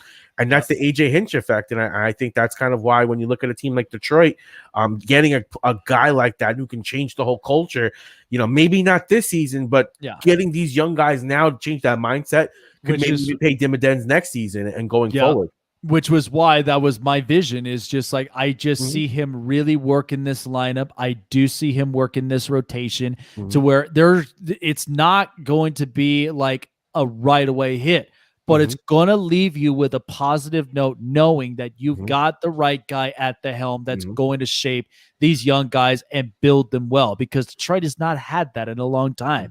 And plus, you're already on the tail end of Miguel Cabrera's career. This is going to be it for him this year. He's going to get the hits. He's going to get his home runs, and then he's going to ride off into the sunset. This is it for him this year. I mean, he's a first ballot Hall of Fame. Oh, absolutely. Absolutely. Triple Crown guys. But yeah, I do agree that even last season with his power gone, and the youngest kid is winning a World Series with the the Florida Marlins. I had him as a fantasy. That was like my first fantasy draft guy. My first pick. How old were you? Like 12? No, I was like 18. I'm joking, bro. It's still right there. So yeah, that's just how I feel with with the Cleveland Indians. Number 2 to me, this will be interesting, but the Minnesota Twins. Mm-hmm. Here's the knock on them. It's not their offense. Their offense is working just fine. I love Max Kepler, and on top of it, they get Josh Donaldson, a guy that bringer of rain, man. He's the bringer of homers and RBIs. The other thing of it is you've got Miguel Sano that everybody's hoping big production out of him. And then you've got Byron Buxton, who actually is finally starting to click with this offense now. It's finally starting to happen because he was such a base running threat that it took him. Yeah. And it took him so much time to just get the hits, get the on base, and be a base stealing threat. And now it's finally starting to happen.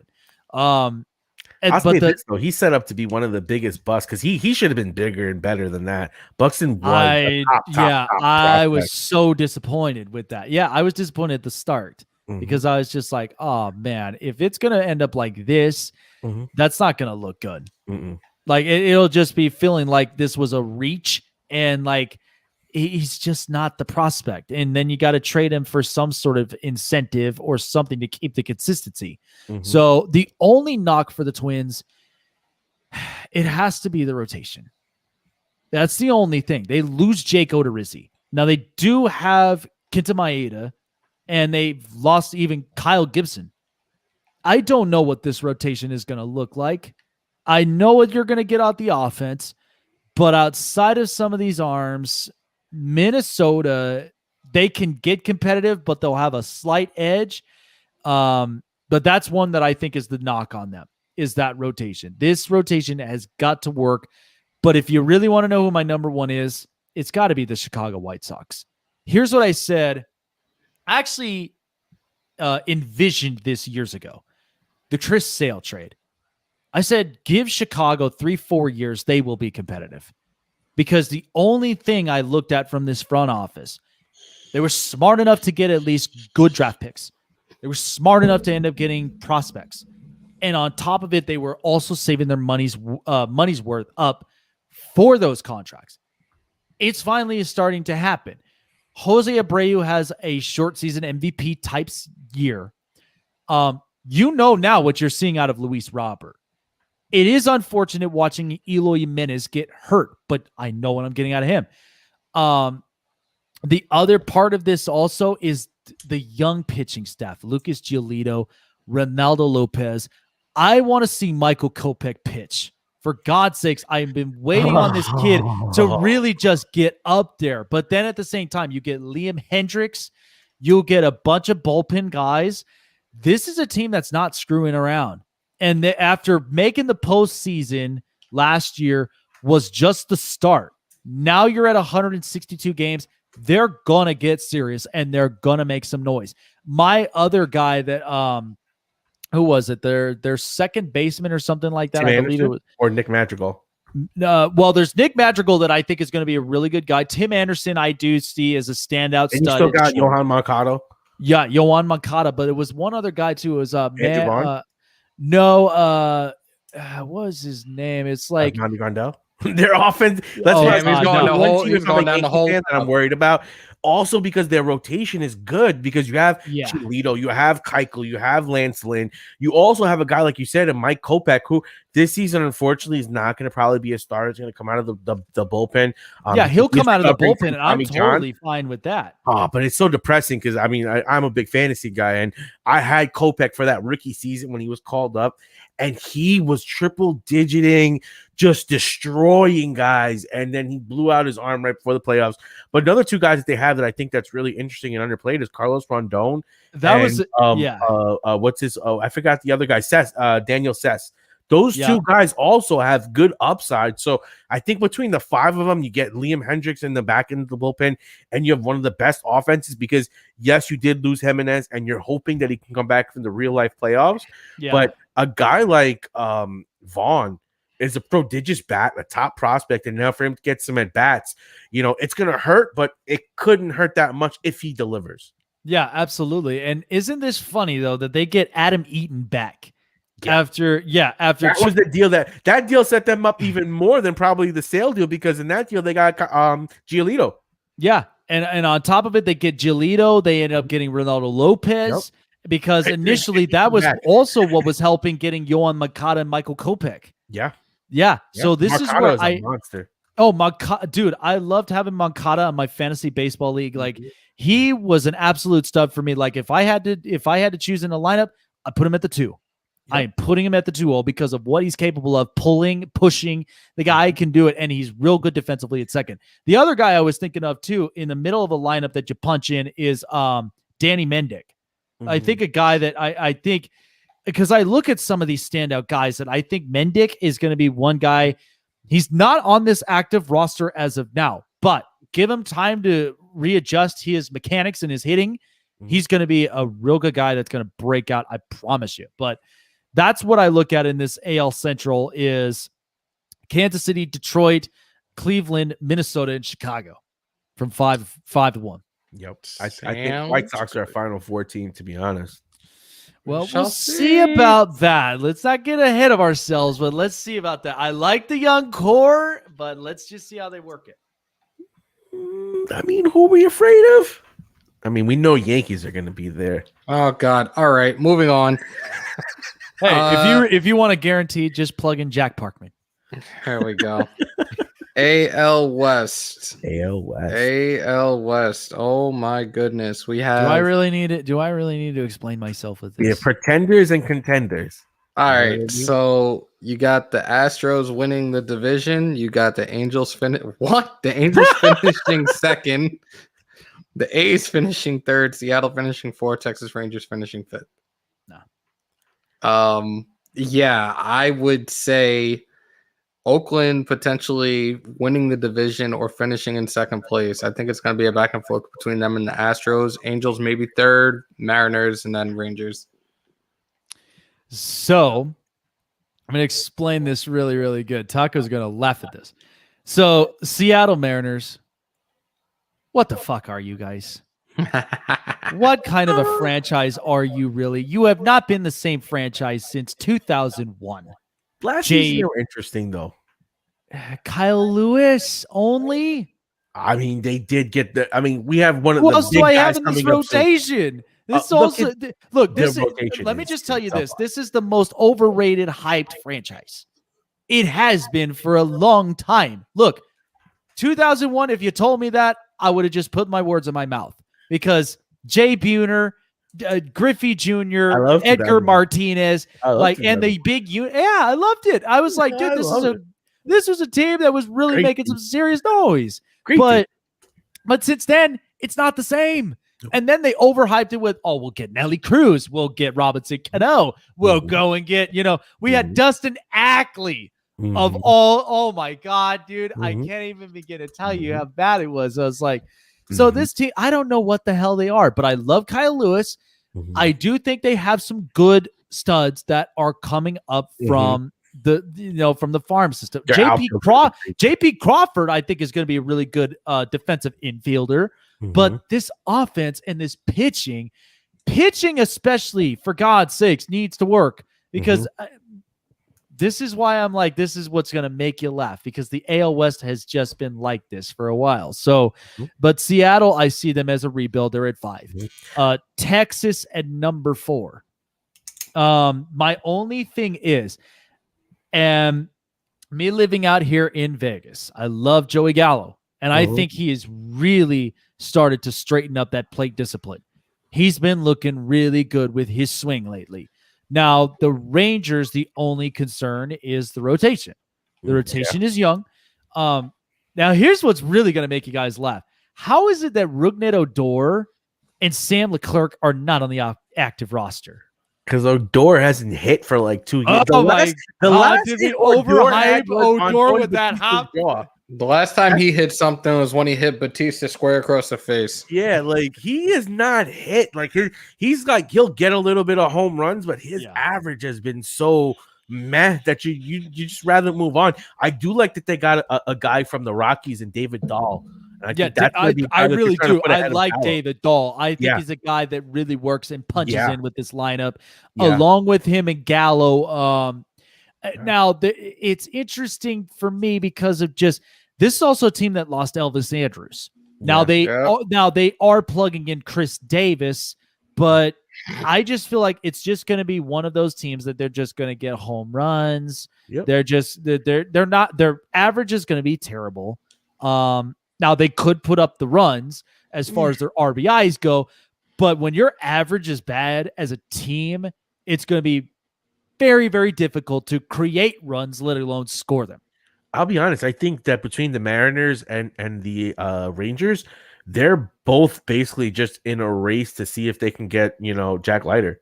Like that's literally what they're playing for this season is like, I don't see them going anywhere. They didn't get anything in the offseason to make you think that they're going to go for it.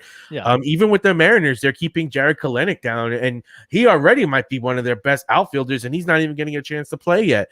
Yeah. So I think there's rumors that the Mariners were manipulating his service time because they were supposed to call him up last year. Yeah. So I think they're really tanking. Like they really sold everything off. They're like even last offseason, like they were kind of halfway decent during last season.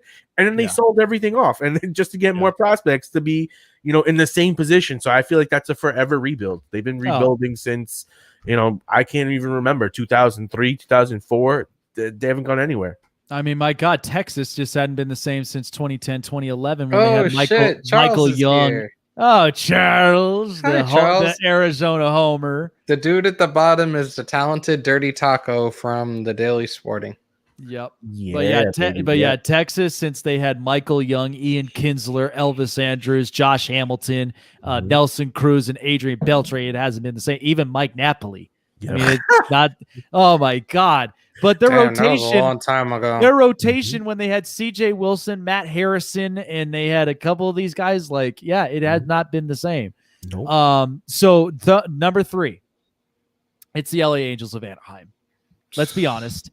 The knock on them, pitching. Yeah. For God's sakes, let me just tell you this. Everybody is so overhyped of, look at Trout and Rendon and Ohtani and, where's your pitching? Ohtani's gonna have a no-hitter this year. Watch. I have ranted about their pitching for years because outside of Ohtani, who are you really trusting? Julio Teheran? Dylan Bundy? Dylan Bundy's not terrible. Jose Quintana? Jose's been looking good in spring. But you know what? What really sucks for them is that bullpen. Yeah. This is why I'm just like, sure, go ahead and put up all the offense, but your bullpen's going to kill it for you. This is why that you're seeing the Astros and the A's are getting in the postseason. That's why they're getting in there. Because they have consistent pitching everywhere. My favorite thing about the Anaheim Angels is that they were in on the bidding for Trevor Bauer. They were ready to go for it. They got that new TV deal, so they didn't pull the plug. And they didn't pull the plug because the pitching coach, Mickey Callaway, and Trevor remember Bauer when they said that they were in for Garrett Cole?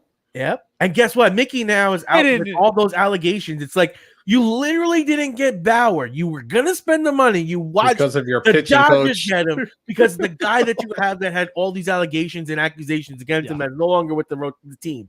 Like, how bad of an organization do you have to be like, we're gonna keep our coach over this player? Mind you, folks, everybody that's watching this. Okay, the Angels have not been to the postseason since 2014. Since Trout was a rookie, one postseason appearance, and they got swept by the Kansas City Royals. Do I need to keep going further? You also have a lengthy contract from Albert Pujols where he's on the tail end. This may be the it year. Yeah. Or, and it's just like you had Mark Trumbo.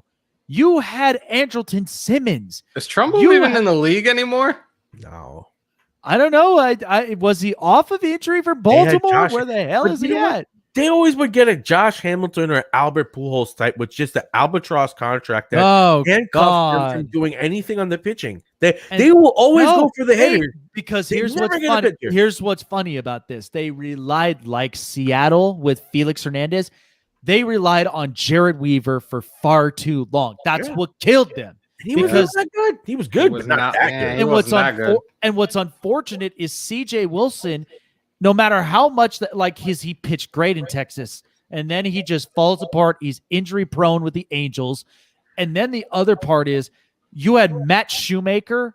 There was he was always gets hurt. Inconsistent. He was good as a middle rotation guy. I would put him at the 3, but he was not good for 1 or 2.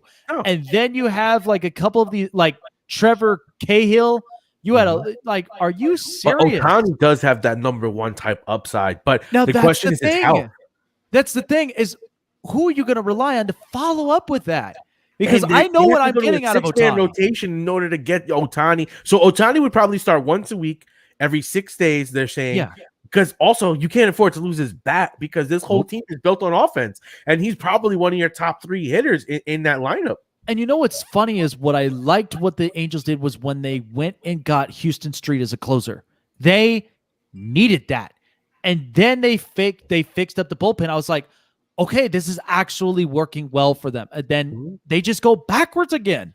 Your bullpen, I don't trust because when you're in the 6 through 9 innings, it's crucial. You have to shut the door. If you don't, that's where teams like the A's, the Astros that know how to hit and pitch are going to flip the tables. Yeah, that's why they call it the turning point. They always do. So that's why Angels, enough of the hype and get serious. This is why you're 3rd. Okay. And until you impress me, come back to me. And one player that I got to say that disappoints me the most from the Angels is Joe Adell. Because there was so much hype on Joe Adell. The one legendary man who could bounce the ball twice over the wall. And it's just I'm watching him and I'm like, you guys should have dealt him for some sort of frontline starter. And you're on national television as this happens. Dude, somebody take his shoelaces for God's sakes. When the second time happened, I'm like, oh no, somebody get him, please. That's one prospect that they need to deal off just because you still have Trout. You invested everything in Trout. You can get corners whenever. Joe Adell, I hate to bring this up, but it's just this is just watching Joe Adell do this twice is so bad. It's worse than watching Castillo drop the ball in the night. And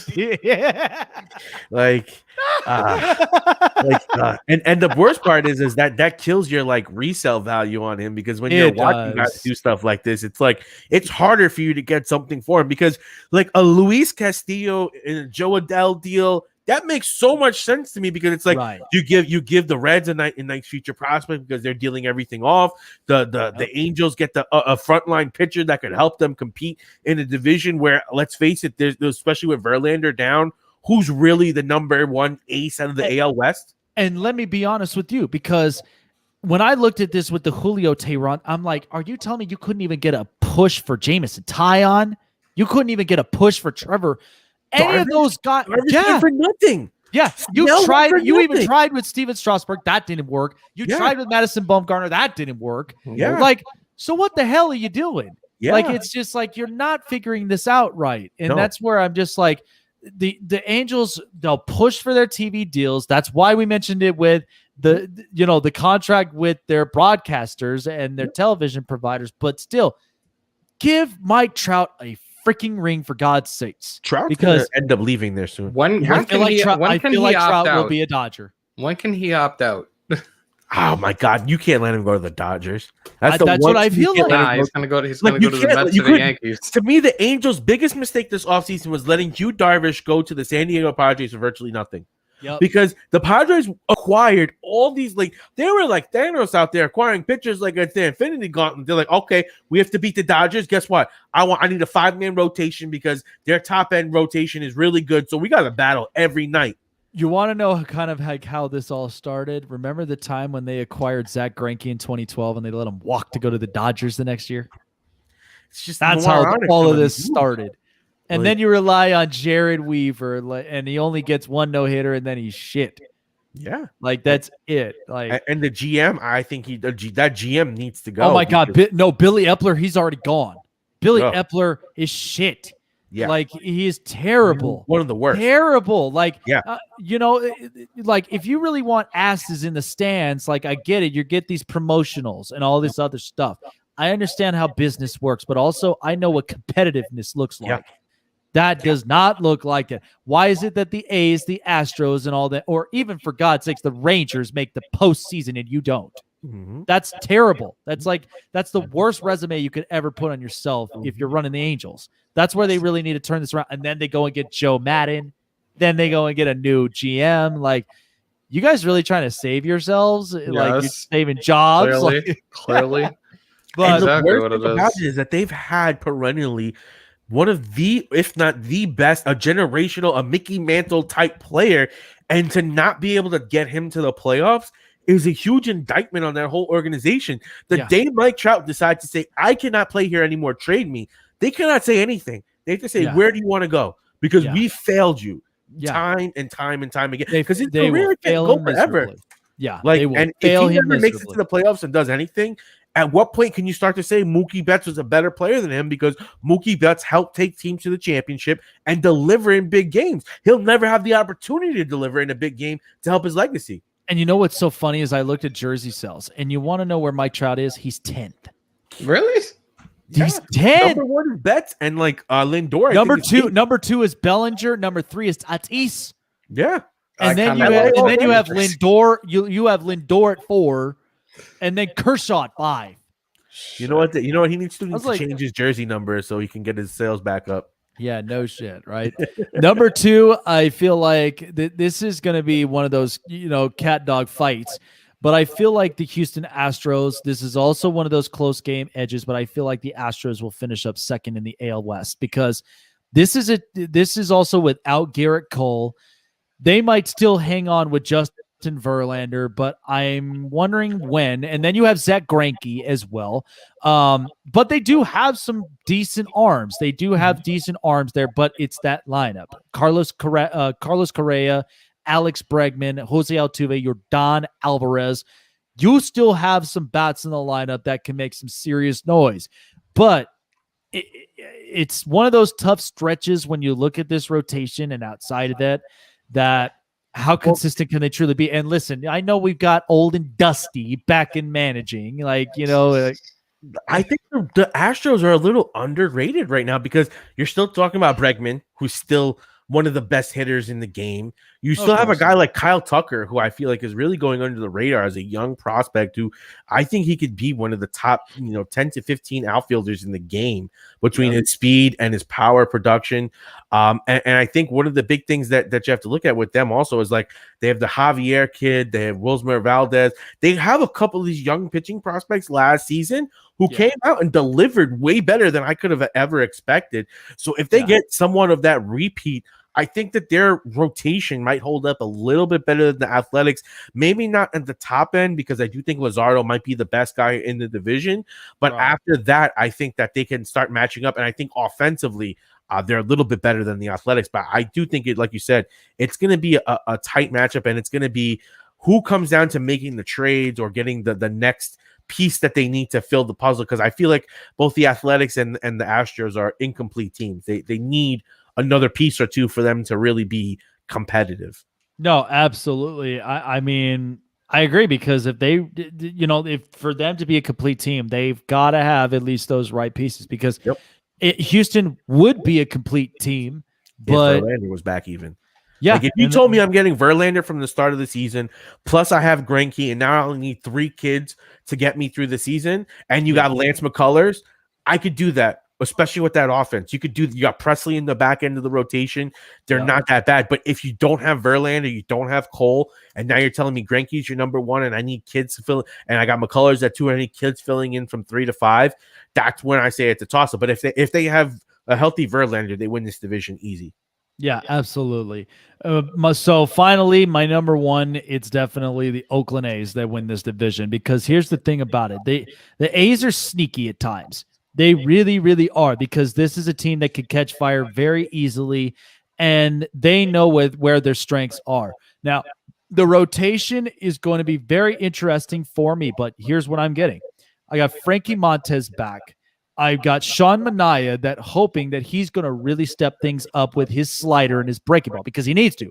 That's just the type of pitcher he is. Chris Bassett, I thought, had a good campaign in a short season from being 5-2 with a 2.29 ERA. He really stepped some things up, and I was just like, okay, now he's nabbed the opening day starter. I'd like to see how that comes around during, the middle of the stretch. But the other arms that I really am excited to see, because I'm getting consistency in the bullpen with Jake Diekman, giving me good quality innings. But the other parties, Yusmeiro Petit, AJ Puck, questionable about Trevor Rosenthal, but they need to stop throwing Lou Trevino everywhere. Put him in the damn 8th inning seriously. He's known for 8th. Don't take him out of there. Cole Irvin, I think, is going to be an interesting name for sure. But the ones I really like to see is Dalton Jeffries, James Caprillion, James Caprillion, and yeah, Yankee guy, right? Yep, and JB Wendelken. I think those are some real good arms that I think this pitching rotation, because this is also a bullpen that was the second lowest in baseball. Because you had the Rays that were really good, Dodgers that were good, and the Astros last year. And this A's team with this bullpen, this is why I'm like, Angels, take notes. But then here's my question to you: with no Liam Hendricks there this season, and now you go into a Trevor Rosenthal, do you really trust Trevor enough to think that they'll be able to maintain that top 5 standing in the bullpen? No, but here's the thing: you make that closer role serviceable. Because they did this before. They did this years ago when they had Ryan Cook. They had Ryan Cook. They had Sean Doolittle. They had Doolittle. Yep. Yeah, and then once even they had Grant Balfour at one point, until they started to get guys like Liam Hendricks at one point. So they're going to make it serviceable again. But again, it could be either one of these guys, Dalton Jeffries. Offense to come through, because I feel like with that team, like you said, their pitching staff, they have a lot of questions. Where you can deliver on that slider. Now let me tell, Lynn. Let me tell you why I don't think the offense is going to be complete concern to me. Let me just tell you this, because when I look at this lineup, I could build this up for you top to bottom. But I look at this lineup, my leadoff guy, it's got to be Ramon Laureano, or you put Tony Kemp there to start things off, because I need speed. Number 2, I'm definitely putting Elvis Andrus there at 2, because that's a guy that's going to follow up, or if he's not working well, you put him either in 6 or 7. Number 3 hitter, it has to be Matt Chapman, because Matt Chapman does literally everything. He is a vacuum at third. He's a guy that's really good with his stick, because the guy to follow up with him is Matt Olson. That's a guy that's going to be a cleanup hitter. He's a guy that they're pacing for him to hit a bunch of home runs this year. Number 5, this is what's crucial for me. But number 5, I'm putting Stephen Piscotty in there, because Piscotty is a guy that can do a lot of things. He's my second best hitter in that lineup amongst the third. And he's a guy that's going to spray the ball everywhere. I watched him do this stuff in St. Louis. And the second he comes into Oakland, he's going to have a much better season, hopefully healthier. But the breakout guys, Chad Pinder is going to be one guy that I do see as a serviceable bat. Same with Mark Canha. Now I was really interested in that Mitch Moreland deal, because I'm like, okay, maybe this will be better for Mitch Moreland, because he's used to AL West. He was a Texas Ranger at one point. And I think using his services and how he does well is one that's going to be really good. But the good ones are the catcher tandem between Aramis Garcia and Sean Murphy. Sean Murphy's making noise at either the 6 or 7 hole. And that's a guy that's really going to put up the good power bat and is really going to start to reload this lineup. So that's why I'm not as concerned with this offense, because knowing that if I put Tony Kemp at the 9th or at the 1st, he's my reloader. He's a guy that's just going to slap a ball, get on base. Yep, he's versatile. So that's where I'm like, I know what I could do with this lineup, and I've seen them do it so many times. There's always been some breakout guys, but young guys like Austin Allen, I do see coming up and be a real good name for himself in this lineup. Seth Brown, I watched a couple times, even watching him here in Vegas with the Aviators. No. He was really good. And I was so like a year ago, or 2 years ago, I was so excited when they had Jorge Mateo because I watched him play here. That motherfucker was fast. Like, I am serious. He was fast, and he had a stick that he just like, okay, I'm getting a base hit, and I'm going to go and take a triple. But the other part, and it was so unfortunate because I did like Dustin Fowler. I watched his approach, and the only thing that I could say is Dustin just hit that mid-outside pitch. Yeah. That's because the way he approaches is just whip it. That's the only thing he does for a lefty. Now, do they still have Chris Davis there? No, he's with Texas because that was with that Elvis Andrus trade. That was a blight on their offense last season. Just even having to keep him in that DH spot, he was not hitting at all. Yeah. He had a huge power struggle. So I mean, I think that, like you said, perennially, I think one of the best things about the Athletics, even if they don't necessarily hit, they get on base because of that money ball type system where even a guy like Piscotty, he may not hit the best, but his on base percentage is going to be significantly higher than a lot of other guys that you could plug in there, especially when you look at a guy like Davis, where I think that they can be, viable. But I think a lot's going to come down to how that rotation plays. Right. Because, this offense, I feel like they're going to be good, but not great. So they're going to need the pitchers to come through and be solid. They've perennial had, good bullpens, which have helped them, win close games. But I mean, if we watch the games versus the White Sox, those were close games. It was pitching duels. So, and remember, because this was also a postseason that gave us a best of three. Mm-hmm. This is where I'm just like, I was so excited about that because the wild cards honestly should be treated like that. You can't make the perfect lineup in one night. You can't. And that's where I felt like, because Bob Melvin's already coming into his 12th season with this team. And this is where it's like, you either are showing up or it's just going to be the same old Moneyball effect. They just make noise. They're exciting. And then they just give players away. I mean, it was unfortunate with the Marcus Semien thing, but that's a big blow to me. I feel like, because he was big for them last year. He really was. And here was what was funny. You want to talk about not just the offense, but look at the defensive, like the amount of errors was less. It was like an errorless team. The infield was really doing well, and that was all just by Semien there at short, where he was just playing his position. So that is going to be a huge hit for the A's. They're gonna get hit during the regular season too when Chapman gets traded to the Mets. Just saying. And here's what's the other. Chapman's been struggling though the spring training so far, but I mean perennially he's not the best batting average guy. But but he'll catch fire at some point. Yes, I mean, absolutely. We saw this last year. I mean, before he went down with that injury, oh man, he was on fire with him and Matt Olson.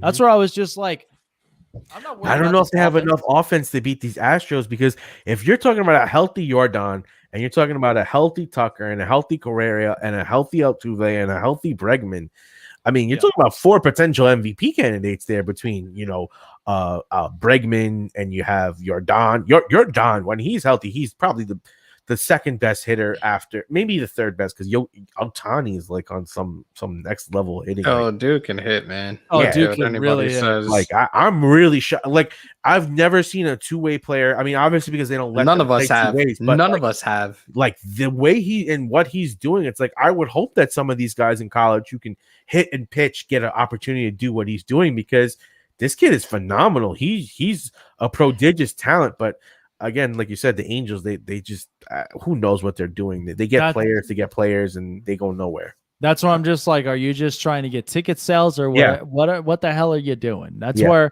I'm just like, if you really want to be competitive in this West, like you just have to be able to plug in the right spots. Yeah. So that's what I have it at, sitting at Seattle, Texas, Angels, Astros, A's. All right. So now we are going to our final division, the NL West, where we have the Dodgers winning the division, the Padres not too far behind. Well, kind of, sort of, but they're going to squeak in second place. Diamondbacks third, San Francisco Giants fourth, and last place will be the Colorado Rockies.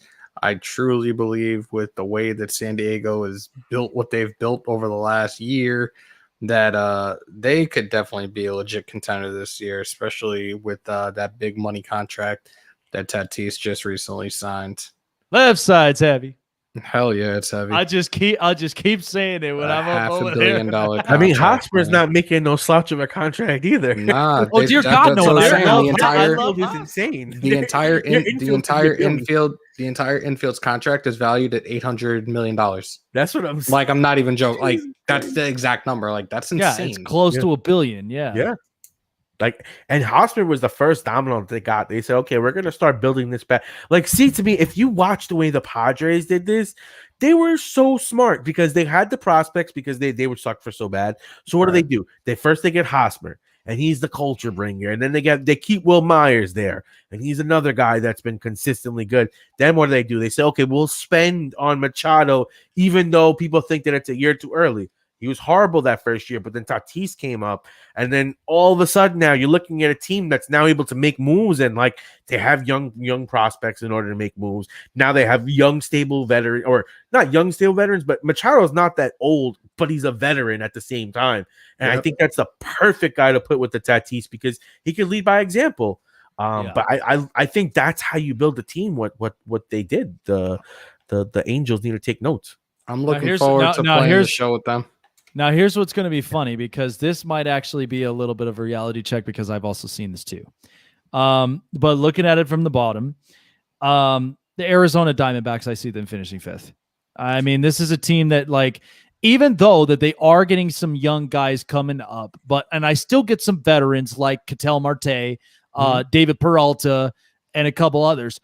I just feel like there were some that's just like it's a little bit of location error for me with just the rotation, but bullpen is working. You're like bullpen is working its hardest to really kind of be better, but I just feel like down the stretch, the offense outside of Marte and Peralta and Nick Ahmed. Like, I'm going to need at least a little more. I'm going to need more firepower. And that's where I'm like, they've lost that the second that Paul Goldschmidt goes to St. Louis. So that's where it's like, okay, something needs to happen here. Like, you're not going to get the best offense out of Arizona like you did when you had JD Martinez. That was one that was probably the best acquisition right there.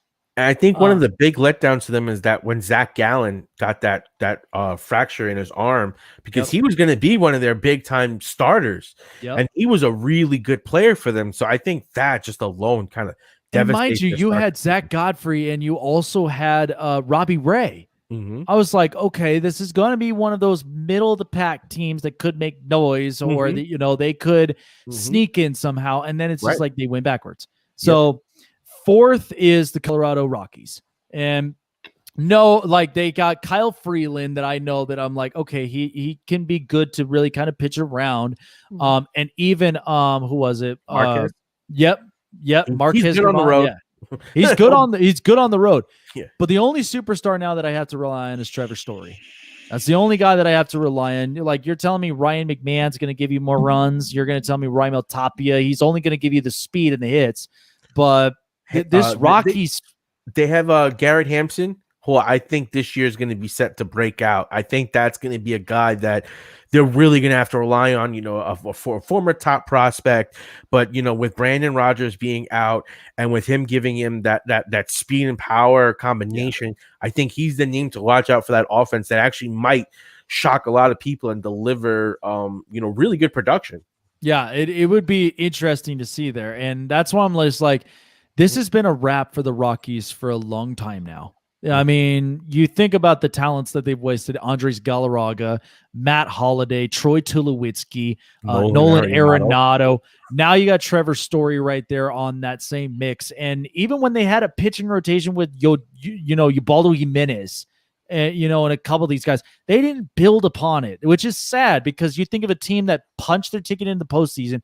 I was interested to see how they were going to play out, but that long game against the Cubs, that's where you're just like, okay, something is not right here. And that's where I'm I think they just have horrible ownership because They like, do. They have horrible the owner ownership. took One it of on the guys. himself as being one of the biggest reasons why Nolan left.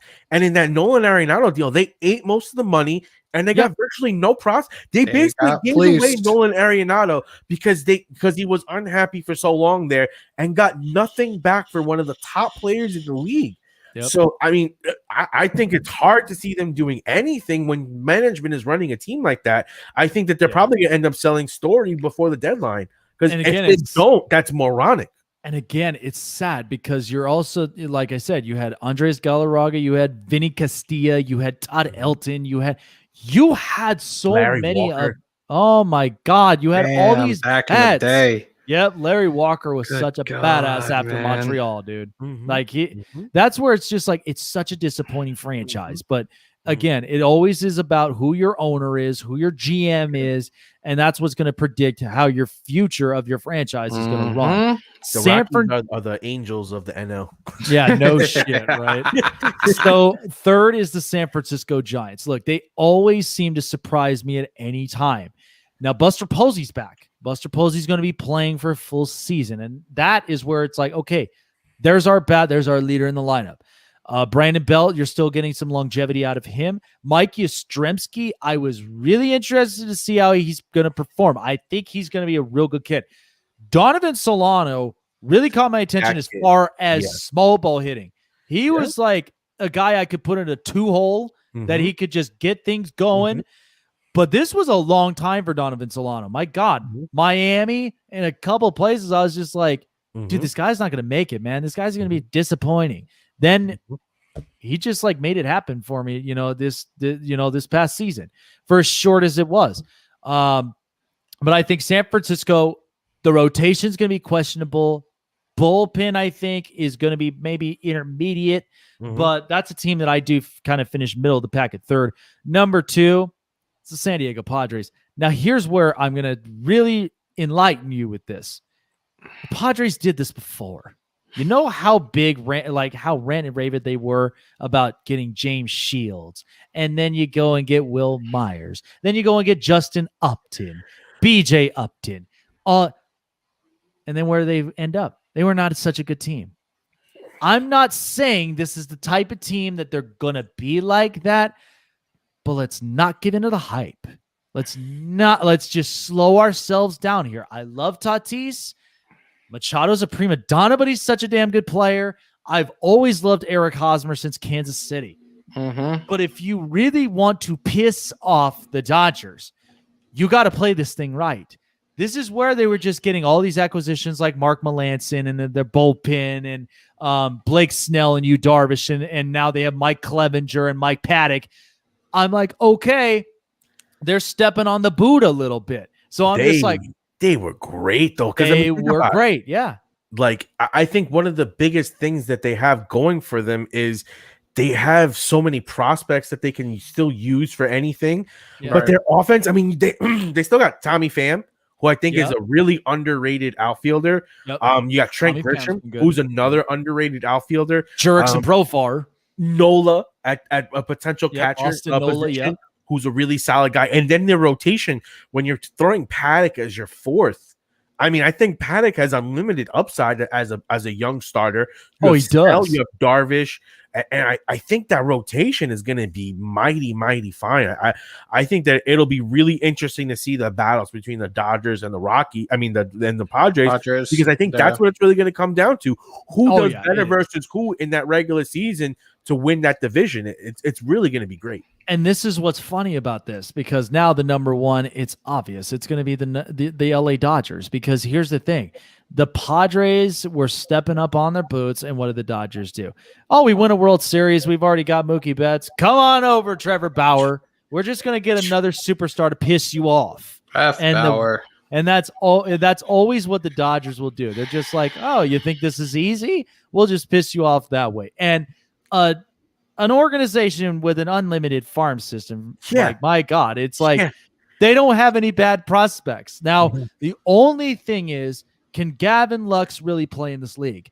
I have yet to see him really do well with that, because this is a guy they even was like after Will Smith is just like, okay, he'll be the next guy up that they need to step him up. Right. They do have at least a couple of other good prospects coming up, but as far as watching this with Walker Buehler and David Price and Trevor Bauer and Clayton Kershaw, they have so much expendability. Yep. That's the difference with that. And that's where it's like you could be versatile with some of these guys, with Bellinger, with, Austin Barnes and Will Smith. They could still put up those runs. I mean, we watched this in 2019. We've seen this in 2020. 2021, I feel like the Dodgers are almost going to have the similar story, but that's where it's just like, who's really more expendable? I think the scariest part about the Dodgers is you mentioned all those pitchers, and then they still have Brewster Gatterall. You still got Dustin May. You still got Julio Arias. That's what I'm saying. It's as like, a Yankee fan, I look at that team and I'm scared and jealous at the same time, because it's like, all right, you spent the money on Bauer, but then you're going to call up a Brewster Gatterall who throws 100 miles an hour, and throw him in your bullpen because you don't have space. Like, nothing wrong with having a pitcher like that in your bullpen. And listen, here's what I'm going to say: Brewster Gratterall better be your next damn closer. Yeah, stop throwing Kenley Jansen everywhere from 6 to 9. Damn it! But put him at Urias, because he was so good for them in the back end of the rotation last year. He became their de facto closer. That's the thing. Urias is going to be my long reliever. That's the thing with them. No, but that's the thing about long reliever, is because those guys, they could even punch in as starters. Yeah, that's where I'm just like, that's why I put him at long reliever, because if I'm getting a shitty game from one of my starters that he only comes out in like the Tommy Gonsolin's still there, like Jesus Tommy Christ. Tommy Gonsolin, like it's that's what I'm saying. It's so expendable, but that's where I'm just like, you can put. Yeah, so that's where I'm like, as I said, 6 good quality innings. If you can't get it done by the 3rd inning, then Urias can come in at that point as a long reliever, or you could schedule him as a starter at any time and just continuously versatile in the pitching staff. But Gratterall, he has such a good fastball. That's why I'm just like, and who's better between Gratterall, May, and Urias? Like, when you look at those 3 prospects, all 3 of them, I feel like, have ace type stuff, and they're going to be, one of them's in the bullpen, and one of them's going to be a 5. And an offense that just knows how to put up runs. And then even when you got powers from Max Muncy and a bunch of these guys, it's just like, Corey Seager looks like he's finally hit that ultimate ceiling that we all thought he could be, as being one of the best shortstops in the game. Because from the playoffs last year to what he's done in spring training this year, I agree. And and you still got versatility from Chris Taylor. And now Mookie Betts is your superstar as a solid, defense, not the best, but gets you great average, gets those timely base hits. So, oh man, he still stays as my 3-hitter, because it's just like he knows how to spray the ball right side. And let's not forget Mookie Betts is there. Of course not. But that's the thing about it. That's why it's just like the Padres are having so much fun with this, but it's just like, do you know how expendable we are? I don't think you do. Like, it's like, that's going to be such a good battle. Like, it's going to be such a great battle. It's going to be great. Because I was just like, okay, we'll ask about this afterwards. But Hammer, Milwaukee Brewers won the fan base. Oh yeah, we definitely need that talk to Taco about that, because this shit is just. They should never do. Okay, so here's the story here. Okay, Taco. So MLB on Fox put together a fan base bracket. Okay, and all of these brackets are based upon the best fan bases. Now there's 4 of them. Bracket 1 consisted of the Braves, Mets, Reds, Rangers, Brewers, Phillies, Diamondbacks. Okay. Then bracket 2 was Yankees, Indians, Orioles, Tigers, Pirates, Red Sox, Rockies. 3 was Dodgers, Marlins, Royals, Nationals, Astros, Rays, Giants, A's. And then bracket 4 was Cubs, Padres, Angels, White Sox, Cardinals, Twins, Blue Jays, Mariners. Here's bracket 1 for you, because the Braves had the bye. So between the Mets and the Reds, Mets beat them. And it's obvious, because the Mets have won 2 championships over Cincinnati. And Cincinnati, no knock on them, they had Barry Larkin, Sean Casey, and then further back, Joe Morgan. Charlie Hustle with Pete Rose, Eric Davis. Like they had some good household names, but Cincinnati, what's really there? There was really not much you could really say about Cincinnati, Ohio. Okay, so I could barely see that with a fan base. We're versus the Mets. I've had Tug McGraw. I've had the kid, Gary Carter. I had Tom Seaver. I had that Mookie.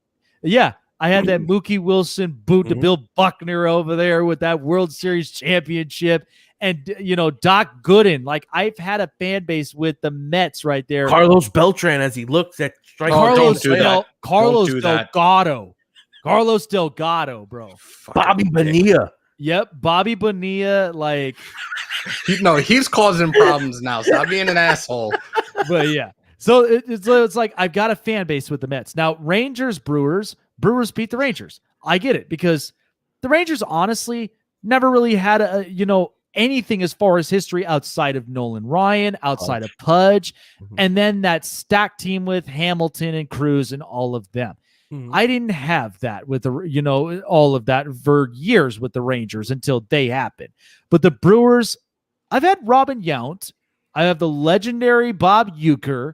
But the other thing of it is like Prince Fielder, Ryan Braun, Casey McGee. I've had some guys right there in the middle of that mix. So the Brewers, it's understandable. Phillies, Diamondbacks, I have to say the Phillies. And the Phillies actually beat them because the Diamondbacks, let's not forget, okay, and let's agree. The 2001 World Series was probably, even though for a loss, that was the greatest World Series I've ever watched. it was because it was for America. Game 7, like walk-off victory. Yeah, like you can't be mad at that. Like it was like it had to happen something like that. Like it had to be grinding the teeth type moment. But the Diamondbacks didn't have much until the unit, Kurt Schilling, God, Young Kim. Yeah. And then freaking Young Kim was the shit. Matt Williams, freaking Mark Grace. Oh yeah, Mark Grace. Oh my God, Luis Gonzalez. Finley, right? He moved over, right? Yep. And then remember this: Dan Herron, Brandon Webb, freaking Connor, man, Connor Jackson. Like they had some guy, and then Paul Goldschmidt, and then right around that time frame, Justin Upton.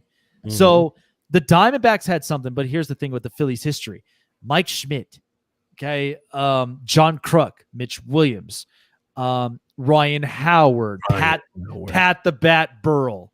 Okay, they had Bobby Abreu, Placido Polanco, freaking Pedro Feliz, Jimmy Rollins, Carlos Ruiz, and then not to mention Roy Halladay. Roy Halladay, Roy Oswalt, Cole Hamels, Joe Blanton. They had a rotation. Yep, Ryan Howard. Yep. So here we go with this. So it was the Braves and the Mets. The Braves beat the Mets. I could see that. I can look, and I told Hammer I can honestly see this because this was a team with Tom Glavine, John Smoltz, Greg Maddux. It was good. They were also on TBS all the time because of their owners, so they got a lot bigger audience. And and then see that was the thing about their franchise, the fan base, because you can't say you never got intimidated when you heard the chop. They were getting nuts over that, and you had stop doing that shit. You had Fred McGriff, you had Andrew Jones, Chipper Jones, Chipper Jones. Yep, David Justice, Javi Lopez. Yep. And then like down the stretch, like you had Freddie Freeman, Jason Hayward. You had some really good guys in this. Now you got Ozuna, who's gonna carry that fan base to infinity. Yep, and now Ozuna, absolutely. So then the Brewers and Phillies, the Brewers beat the Phillies. That's where I was just like, no way. Well, I will say this: the Brewers have one of the dopest stadiums. I want to go just to go down the slide. I just want to go down the slide with Bernie Brewer and get myself. But get us some Eucharist. Are they the one that had the freeze? Who would like run around the ballpark with the sausage? Yeah. They have a couple of really cool things. I feel like that make that stadium. And are they the one that have like all the wieners that run around and during the 7th inning stretch? I think that's what does it for them because they're a horrible team. So that was the thing. The Brewers beat the Phillies up on that one, and now the Braves and Brewers. The one that make the semifinals was the Brewers. I said, "Are you shitting me? Like, you're telling me that they beat the Braves franchise of all teams? Like, no, how? A team that's never won a World Series, but like the Braves choke. Like that's what they do. Well, here's the thing, though. When you had the 90s of the Braves, that was fun to watch. Yeah, like, and this is where it's going to surprise you the most, Taco, because here's bracket 2. Mm-hmm. So you had the Indians and the Orioles. Indians win it. I understand it because the Orioles, they did have a championship. And the only thing that I could say is that they had the rotation that had 20 win guys. Jim Palmer, McNally, and Cal Ripken Jr. and Eddie Murray. Eddie Murray, like they had some really good guys. They had some real good guys. But when you look at the Indians, they won a championship in 48. But Eddie Matthews, they had like Sandy Alomar. They had Manny Ramirez. They had CC Sabathia, Jim Thome. So Cliff Lee. Yep, Cliff Lee. They had some real good guys. And what was so unfortunate was that 93 or 90, I believe it was 93 or 95, that World Series. Yeah, that was not good for them. That was one that just like wasn't good because that was when Levon Hernandez and Bartolo. Oh, I think Bartolo Colon, that was like the first team that I saw that got bought because they had Sheffield and they had all the guys and Kenny Lofton. Yeah, was another. Indians had worse luck, but they had a good movie. They had Wild Thing. Yeah, they had Major League. My favorite baseball movie of all time. That's why I can understand them winning. Wild Thing. So then Tigers and Pirates, the Tigers beat them. Now here's where I look at this with the Pirates. Okay, no Roberto. Well, I love Jolly Roger. I really, really do. But they've had, and what's interesting because they had 2 World Series championships. We can't forget about the Bill Mazeroski home run against the Yankees. Okay. We can't forget about the Willie Stargell jump when the Pirates ended up winning that World Series. And talk about it. Willie Stargell, Bill Madlock. They had some real good guys. Roberto Clemente. Ralph Kiner. Yep. Ralph Kiner. Andrew McCutcheon. Like, this was even G.I. Jones, Garrett Jones was even a really good guy that, you love to watch. They had but Garrett Cole at one point. They had Garrett Cole. They had Francisco Liriano. They actually had a decent rotation until it all broke away. But the Tigers, Kirk Gibson, Miggy. You had Al Kaline, Miggy. You had Jack Morris. And they win that one World Series, I believe. What was it? It was like in late 70s or so, or early 80s. Like, that was a team that, like, for Motown, once they won that championship, I was like, okay, like that's an interesting team. But then Miguel Cabrera's Triple Crown, Prince Fielder being there in Detroit, and then also Placido Polanco in the 2006. They had Verlander too. They had Verlander at that time. Yep, against the St. Louis Cardinals. That was actually and Brandon Inge. Good God, Brandon Inge. That's a throwback name. That is a God, yeah. And then remember Brendan Bosch. Outfielder? Yep. Brendan Bosch, left fielder for them. Like, I thought that kid had some serious potential in him, but then he gets traded away. So now we had the Red Sox and Rockies. Red Sox. Absolutely. Yeah, that's easy. Because, I mean, is heavy. Yeah, it's so heavy with, Fat Sloppy, Manny Ramirez. Sox Nation. Oh, yeah. Sox Nation. The bloody sock. But this is why we see Ted Williams. Jim Rice. Babe Ruth. Yep. Carlton Fisk. Kurt Schilling. Oh, God. Yeah. That bloody sock of his. Buckner. I hope he never makes the Hall of Fame.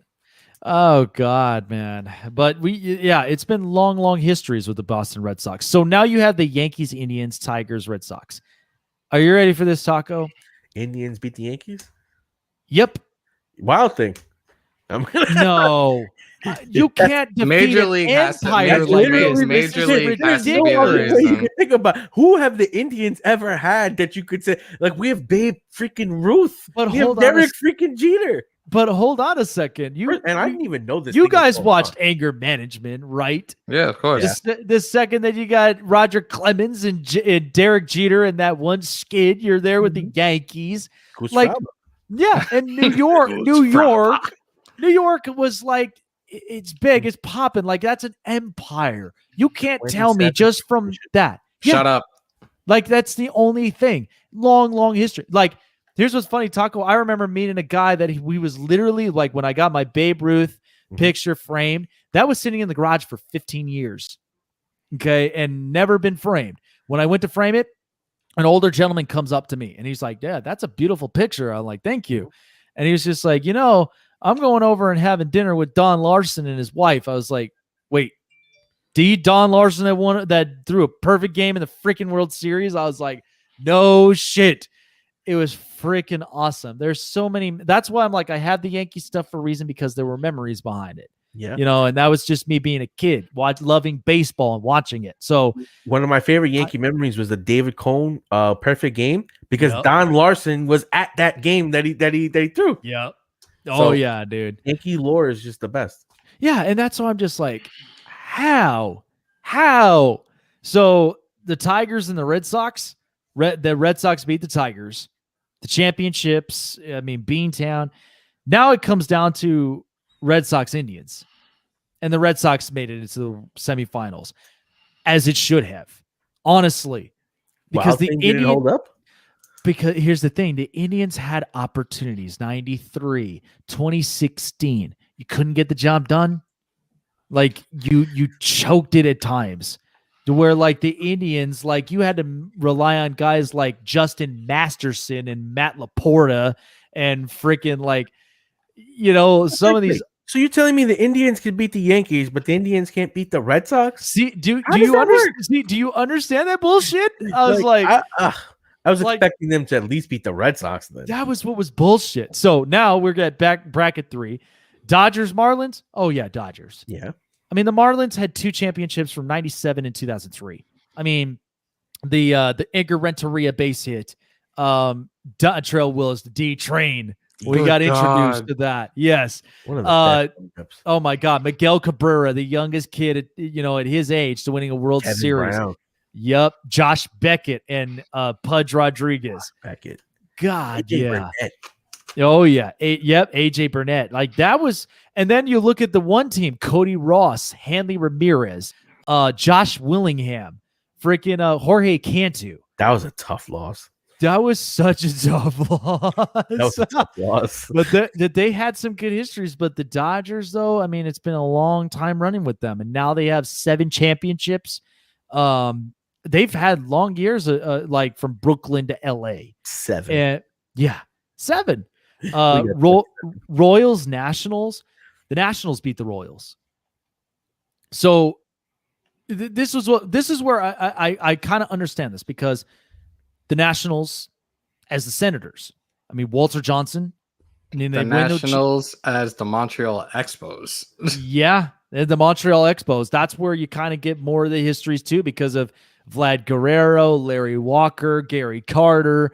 Yep. You had but the Randy Royals Johnson. Were one of those teams, though. Like, I know, because with Brett Saberhagen, George Brett in the '85 World Series, and then 15 when you had Hosmer and freaking Moustakas.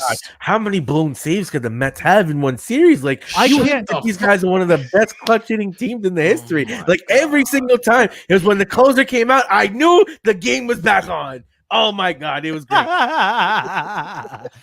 But it's like, when I watched I can't begin to tell you, the 2014 World Series between the Giants and Royals made me love baseball so fucking much, because that kids is baseball.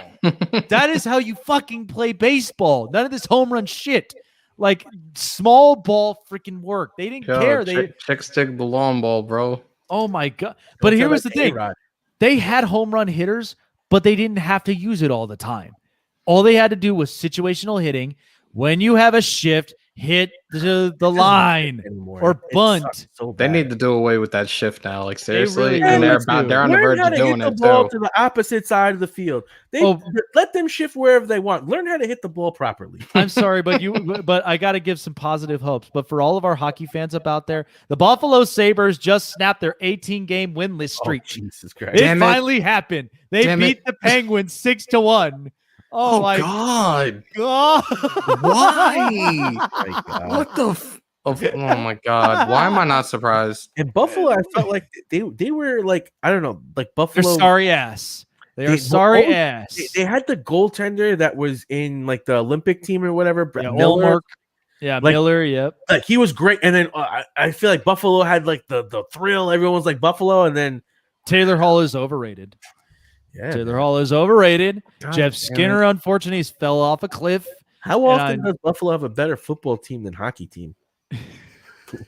That's weird, man. I'm mind boggled by it. So Astros Rays, the Rays beat the Astros. Now, That's dumb. in defense, let me just tell you this: the Astros for years, they were not a great team.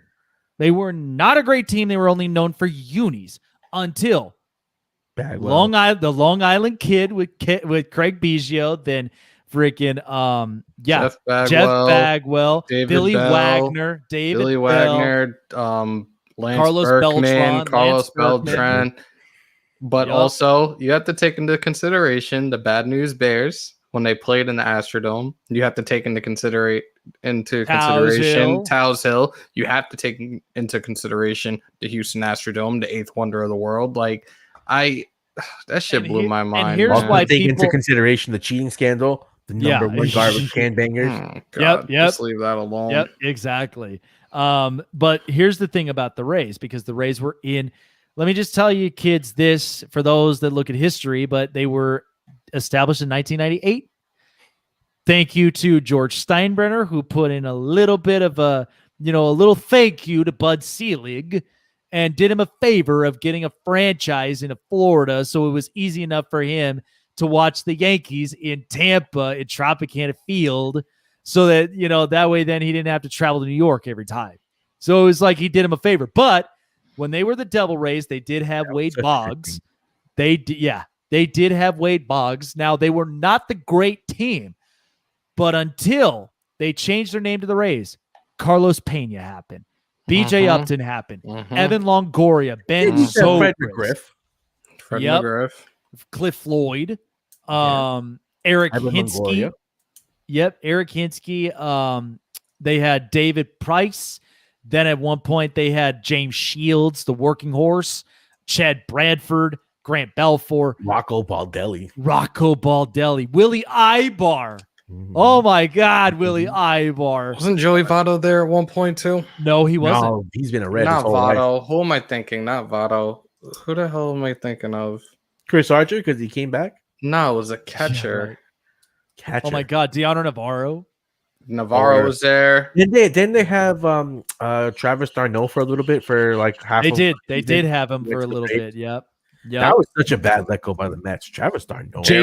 Jason Bartlett, Akinori Iwamura. I hadn't even seen that name And after now the they next have Wander season. Franco, which is going to be amazing when he comes up. That kid, Oh, is yeah. special. Oh yeah, I mean, that'll be interesting. But yeah, he's been winning anything. those were considerates. But this was a good matchup. Giants against the A's. What's interesting to me is that the Giants beat the A's. Here's the way I look at this, because in defense, the A's have had a long history, 9 championships. Now, they did go from Philadelphia to Kansas City to Oakland. And even though they've won championships with Connie Mack and Jimmy Fox was the first to end up getting the Triple Crown.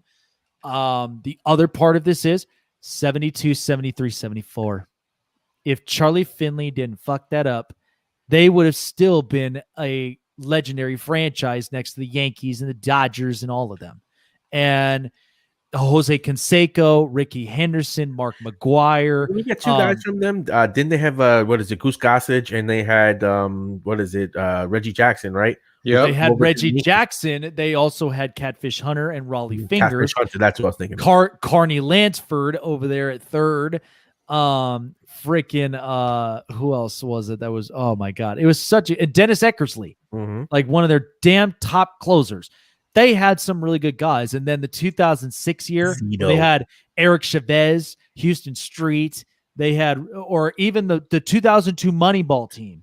When you had, they had the pitching staff with Zito, Hudson, Mulder. Yeah, they were expected to be one of the top flight staffs for a while. They all broke down. And they all just broke down. Yeah. But here was the thing about the Giants. The Giants win the pennant. The Giants win the pennant. The only thing that you have when they were the New York Giants was that home run off the Brooklyn Dodgers that made everybody go nuts. The time they won the championship in 54, then comes, the Barry Bonds home runs, JT Snow, Rich Aurelia. Rich Aurelia, freaking Aaron Rowan. Kung Fu Panda. Kung Fu Panda won that title, baby. Yep, Kung Fu Panda, Buster Posey. Bumgarner was actually like a legit starter. Madison Bumgarner. They had Matt Lincecum. Yep, Tim Lincecum was a monster. Now he's a bum. Matt Cain. Yeah. Oh my God, Matt Cain fell off a freaking cliff. There's so many players. But then it was Bruce Bochy. That was the only thing. 3 championships in 5 years. That's but see, this was what was one that was a knock, because I was like, they won 3 championships in 5 years. A's went back to back to back. They had all 3 years. They could have gotten a 4th one. They could have done like The Last Dance had Charlie Finley not messed this up. Like that was the real reality. So Dodgers Nationals, Dodgers beat the Nationals because it's a bigger brand and they had more and more histories, championships. Rays, Giants, the Rays. So the Rays are like up here, and the Yankees lost in the second round to the Indians. Now, here's what's really going to surprise your mind. Gets better. The Dodgers and the Rays from last year's World Series. The Rays beat the fucking Dodgers. I can understand that. You're upset at the Dodgers. No, I can't. But people are lashing out at the Dodgers for what happened. So they're going to the Rays. I can see that. That's not the Dodgers' fault for Kevin Cash pulling off a freaking Dave Roberts in the World Series. That's not their fault. That's not their fault. Like, yo, how do you take Snell out? but a second empire to the freaking baseball universe. How does that happen? Like, the Dodgers are so big in the West Coast. There are some in the East Coast that you see. How? They are like the second coming to the Cowboys of their franchise. Because the Yankees are the empire. They're like the Cowboys. You see them everywhere in a general store. Yeah. The Dodgers are second coming. And it's like, how? But you don't see Rays shit everywhere. Yeah, these are not real fans. These are Twitter fans. These people don't understand baseball. Yeah, that's what I'm saying. So now the other bracket, Cubs, Padres. Yep. Yeah. I said, how? Because first and foremost, here's the open reality about the Padres. The Padres were shit. Okay? They were only known for those god-awful unis that literally looked like somebody's shit. But you had Billy Goat. You had a young Ozzie Smith. You had the Goat. You had Bartman. You had the Cubs are known for bad Gaylord Perry. Like, come on, Gaylord Perry, Bad News Bears. Like, it all doesn't work. But then you had Tony Gwynn, Trevor Hoffman. You had Ken Caminiti. Caminiti. Oh my God, yeah. The dude was a shit. That dude I was reading something about Gwynn where he like never got struck out by like Maddox or like never. This dude is like Gwynn is one of the most underrated hitters. I feel like he didn't have to do anything but just hit. Yeah. He's like a modern day Ted Williams. That's the closest thing we'll see to Ted Williams again. I agree, but it was just like you're talking about another like one of the 5 power teams in baseball. 109 years until they won a World Series, and they had Ron Santo, Ryan Sandberg. They had Andre Dawson. They had Kerry Wood's 20 strikeout game. But the Padres got Fernando Tatis Jr. But that's new. That's not even broken in yet. Like he's literally become Sammy the face Sosa's home runs. Like he's become the face of baseball. Derek Lee. in Derek 143. Lee, Giovanni freaking Soto, That was like Starlin Castro when he started. Alfonso Soriano. Yep, Alphonse, freaking Spider Monkey. Good God, yeah. Like, Oh my that was God, one that of my fucking, favorite that guys fucking right there. thing, like that fucking thing. That's like, I don't even know how he does that. Yeah, I'm have you so seen him? excited that he's going to be in he MLB The beat- Show. Did you see him recently? He beefed up. Oh, really? He beefed up. He is not the skinny Spider Monkey we remember, dude. He beefed Is up. jacked or fat? No, he grew some pounds. Like he's mixture of jacked and fat. He's But a little in More Frank between. Thomas than A-Rod. so Angels, White Sox. I understand this because the Angels, you had Angels in the outfield. You had literally the angel in the outfield, Jim Edmonds, in his freaking catch. Who was the first fish, mind you? Tim Salmon. Yeah. Before Trout came along. Salmon, Troy Trout, Loss. Trumbo, Pujols, Gloss.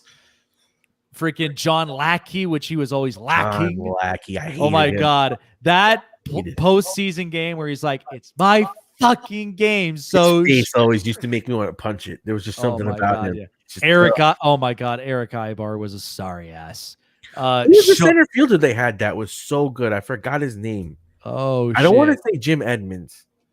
It is Jim Edmonds because he made that miraculous catch. That's where he got his name known before going to St. Louis. Yes, that is. Sean Figgins. Yeah, Sean Figgins. the stolen base magnet over there. Yeah, that was crazy. Garrett Anderson, Vlad Guerrero, and that Garrett Anderson is an underrated bat. Troy Percival. Yep, Troy Percival. Oh yeah, but that 2002 team, dude, was like, how they beat the freaking Giants like just that easily? Because Barry don't get no love. Now, White Sox, the shoeless Joe Jackson scandal, the 2005 World Series with Scott Pasednik, AJ Pierzynski, Paul Konerko. Oh God, yeah. I mean, and they had the worst unis in the 80s with those freaking Shorty McShort shorts, those collared tees. What the hell were those freaking unis, dude? And then let's not forget the punch that AJ Pierzynski delivered the blow against the Cubs because they don't like each other at all. That was the best rivalry moment right there. I hated AJ. Oh my God. That's why he went to wrestling. And then let's not forget the greatest manager that ever lived, Ozzie Guillen. Oh my God, that guy is good. Wait, what? Wait, what? Ozzie Guillen. That dude was a wild man. I forgot there was one player that he came out just like bashed him, said he was like trash or something. Oh my God. I think he does the post game now for the White Sox, Guillen, right? Oh man. Ozzie Guillen is a shit. I don't care what anybody says. Ozzie Guillen is absolutely. Yeah, I would have played for that dude in a heartbeat. Really? Oh hell to the! And then by the way, they also nabbed it away with Bo Jackson before Kansas City. That was the other thing I forgot about Kansas City is nobody knew Bo the second he came to Kansas City. So yeah, Cardinals Twins. Here's what's memorable about the Twins because Twins had Harmon Killebrew. They also had Kirby Puckett, the 91 World Series in that Metrodome. Oh my God, that's another ballpark, the fucking Metrodome. The Triple H Dome. The Triple H Dome. The year they had Jason Kubel, Michael Kadire, Joe Mauer, Justin Morneau. Nobody knew Morneau like Morneau knows Morneau. Morneau and Bauer used to. I mean, Joe Mauer used to be like they crushed it, and then Jason Kubel out of nowhere just starts it. And Michael Kadire, I loved his stance, dude. I loved his swing as two hands. Like that guy had a hell of a swing. They had Torrey Hunter. Simple. They did have Torrey Hunter with a Spider-Man catch. Yep. Like Torrey Hunter right there. I'm looking at that Cubs White Sox brawl right now. Pierzynski freaking barreled over. Literally gave the crushing blow. He ran over Michael Barrett, and Barrett gets a hold of Pierzynski and just sucker punches the shit out of him. Like, bro. Oh my God! Holy and they shit. went nuts. Yeah, they went I'm looking at it right now. This nuts. is insane. But yeah, I mean the Twins had some players, even Alexi Casilla. And then you come all the way down to this year. Remember Scott Diamond? They didn't even have a rotation as much, but they had Scott Diamond, they had Jack Morris, they had Chuck Knobloch. Oh God, yeah. Chuck. Oh God, that was Taco's all-time favorite second baseman / outfielder. Listen, he was really good until he got the yips. Yeah, he was rookie of the year type guy. Great batting average. Has one of the all-time classic stances with like the way his bat would be. But I mean, he was great. And let's not forget about the one movie, Little Big League. Ooh, yep, that's true. Yep, with the Twins. Movie. But the Cardinals, they had Stan the Man, they had Bob Gibson, they had Ozzie Smith, they had Adam Wainwright and Chris Carpenter, Yachty, Albert Pujols, Mark McGwire in his race for home runs to 70, the year he broke Roger Maris's record. Tatis Senior. Tatis Senior, yep. And Fernando Edmonds. Oh my Darryl God. Kyle. Fernando Vina. Yep. Fucking squad back in the day, bro. That was literally like just is that where Tatis's dad played, right? Yeah. That's what I said. Tatis Senior. That was his team. Tatis Senior, and then even the year of David Freese. We see you tomorrow night, David Freese, dude. And Scott Rowland was there as well. Yep, Scott Rowland was up over there. Yeah, there were a lot of memorable names there. Matt Holliday. I hated that, but I loved that trade because that was where he came. That was funny. It was because he came out of the A's system. Yeah. The A's are great at developing players. They just don't keep them. But here's the thing: you could thank the Rockies for screwing up that situation with Holiday. Yeah, because that's what initially started Troy. That was what initially started Troy Tulowitzki in 2007. So, Blue Jays, Mariners, Blue Jays. Look, Seattle was literally nothing. Seattle was literally nothing until the Griffies. And then once Jay Buhner, you had the unit, you had Ichiro, Edgar Martinez, Tino Martinez. You had a lot of these guys. I was like, this was a ridiculous team in 2001. Best record. Then they lose to the Yankees in that ALCS. That was fun. Haven't seen the playoffs since. Yep, they haven't seen that. They have the longest playoff drought now. And they thought Robinson Cano could do it. I remember they had small names like. Well, for the first time in a long time, they won a trade when they traded, Diaz for Kalinick, and I think Kalinick fucking go. But no, realistically, Kalinick is going to be one of the top outfielders in over the next 10 years. He's one of the best prospects in the game right now. Does he not want to play now, though? But look at all. But he wants to play. They're not taking care of him. But look at all of these young kids, though. Too, we had Mike Zunino at one point. Everybody ran and raved. He didn't do good. Jesus Montero. That they thought this kid was going to be Julio Rodriguez. They got J.P. Crawford, Kyle Lewis. They're gonna be interesting. Do you remember Dustin Ackley? Yeah. Oh my God, the kid from North Carolina who played second base, and then I was like, okay. And then, I remember when they had Brett Boone holding second base down, Brett Boone, being the monster he was, and never doing anything. Yeah, Brett Boone, man. Oh my God, that brought back a lot. I remember when the Yankees traded for Aaron Boone from Cincinnati. Miguel, who wants this guy? Felix Hernandez, Miguel Olivo.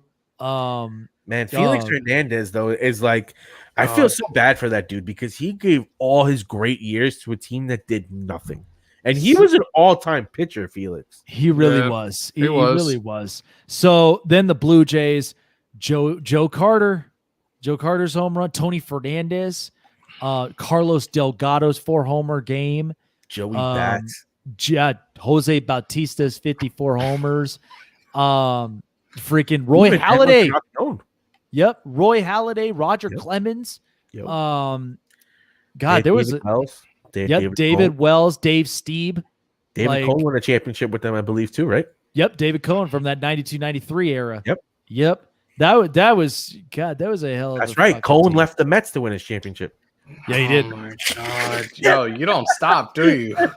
I mean, it was just correlating points. I just couldn't correlating my ass, bro. Jesus Christ. Leave him alone. So you got the Padres and the White Sox. White Sox beat the Padres, which rightfully so. Cardinals, Blue Jays. Cardinals beat the Blue Jays. Still amongst the histories. Yeah, still amongst the histories. White Sox Cardinals. White Sox beat the Cardinals. I still like the feel Cardinals like uniform better too. yeah. So do I. I mean, the Those Redbird. baby blues are interesting. So get this: when my dad was playing minor league ball, my biological father, Huh? I had one of those baby blue Cardinal jerseys Oh, where yeah? it had his number when he was playing spring training. Uh-huh. He was playing with guys like That's Chili cool. He was playing with Chili Davis. Chili. He was actually scouted by Mike Lieberthal's dad. Wow. Yeah, Dennis That's Lieberthal. pretty cool. But my pops, here's Uh-huh. what I told Hammer. This was funny as fuck because he was one of the starting catchers in high school at Chafee over in Cali. Mhm. And his backup catcher at the time before he became a household name was Mike Sweeney.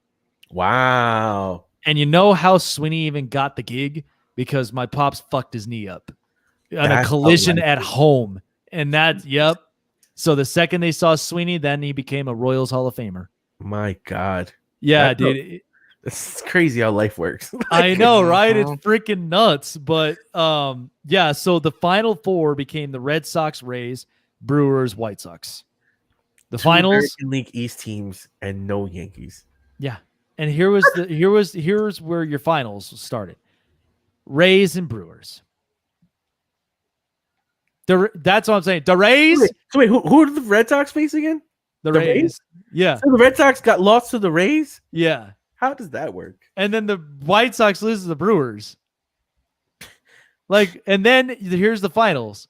Brewers and Rays. Brewers win it all. So the Who Rays the- beat the Red Sox, the Rays beat the Dodgers, but they can't beat the Brewers. Right. So they beat two of the best teams all time here, Red Sox and Dodgers. And then you beat a shit. I was just like, Mhm. is Aaron Rodgers under this fucking shit right now? Yeah. Like, I was just like, okay, listen, don't ever put this bracket together ever again. No, Don't was that ever a put it- Twitter exclusive thing. Because you're telling me that all 5 legendary franchises, Dodgers, Yankees, Red Sox, Cubs, notables like the Mets, the A's, and these guys get knocked out like this. Are you fucking kidding me? Yeah, even Like- the Cards are a legendary team. The Cardinals are for 11 championships. I was just like, there is no way. This is like near impossible shit. And I was like, it's ridiculous, man. So Jeff Passan is reporting as of 16 minutes ago, Lindor and the Mets are no closer to contract extension. Sources tell ESPN. No discussions, no workshopping proposals, just staring contest between the star and the organization with a self-imposed deadline. It's I didn't not want to read happening. that off earlier because I would not be happening. accused of things. It's not happening. But honestly, I think Lindor is playing this smart because he knows that with the free agency coming up, he The knows value is that going to be a lot higher. What happened? The value is going to be a hell of a lot higher, especially with all these shortstops going in the Be a free lot. agency. Yeah, I don't it's gonna know. be a lot higher. I think that he might end up signing for a similar number, just with a different team across the river. Yeah, this could be true. Oh my but- God! You know what? That's it. We're done. We're done tonight. Well, no, all the reason why I say that is this: he had been a Yankee fan coming into that. The Yankees were one of the teams that were trying to make a trade for him. He had, kind of probably in his head thought he would be a Yankee before he thought he'd be a Met. This is And now not with the gonna Mets, be- he wants them to pay. And if not, when you look at it, if you had a chance at the same money to be paid by the Mets and the Yankees, and we see what the Yankees do every offseason, even when their guys are hurt. That's they why I make look the at playoffs. Curtis. That's why I look at Curtis Granderson at the time. Detroit wasn't going to pay him that money. The freaking Yankees were going to end up paying him. And then down the stretch, he goes to the Mets because he's New York. He loves it. Yep. He loves freaking New York. Yep. And I think that with Lindor, he knows that honestly the Mets have to pay him, or the Mets are going to then go out and have to pay for another top flight shortstop. But the one thing that Pete Alonso was saying that makes him so valuable is that inside the clubhouse, he's a huge Yep. leader. And I Yep. think that's where he's going to pay his dividends, and where, they're going to end up paying him this money that he wants, because if he is the leader that Pete is saying and the Mets do anything, he just wrote a bigger check. Oh, they have less than an hour. I don't think it's happening in the next 53 minutes. And he Realistically, wanted 12,385, which is the same yearly salary that he would make if they signed 10,325. I He would have. just- I he would wants a have. I Ta- would have he met wants him. a Tatis contract. That's I I don't would've met understand him why the Mets halfway. are balking at this. It's I would have just met him 2 more halfway. years. I would have gave 11, 360, 365, That's- whatever. even 12,385 for an owner that has $14 billion, and I You're heard right. how much And money.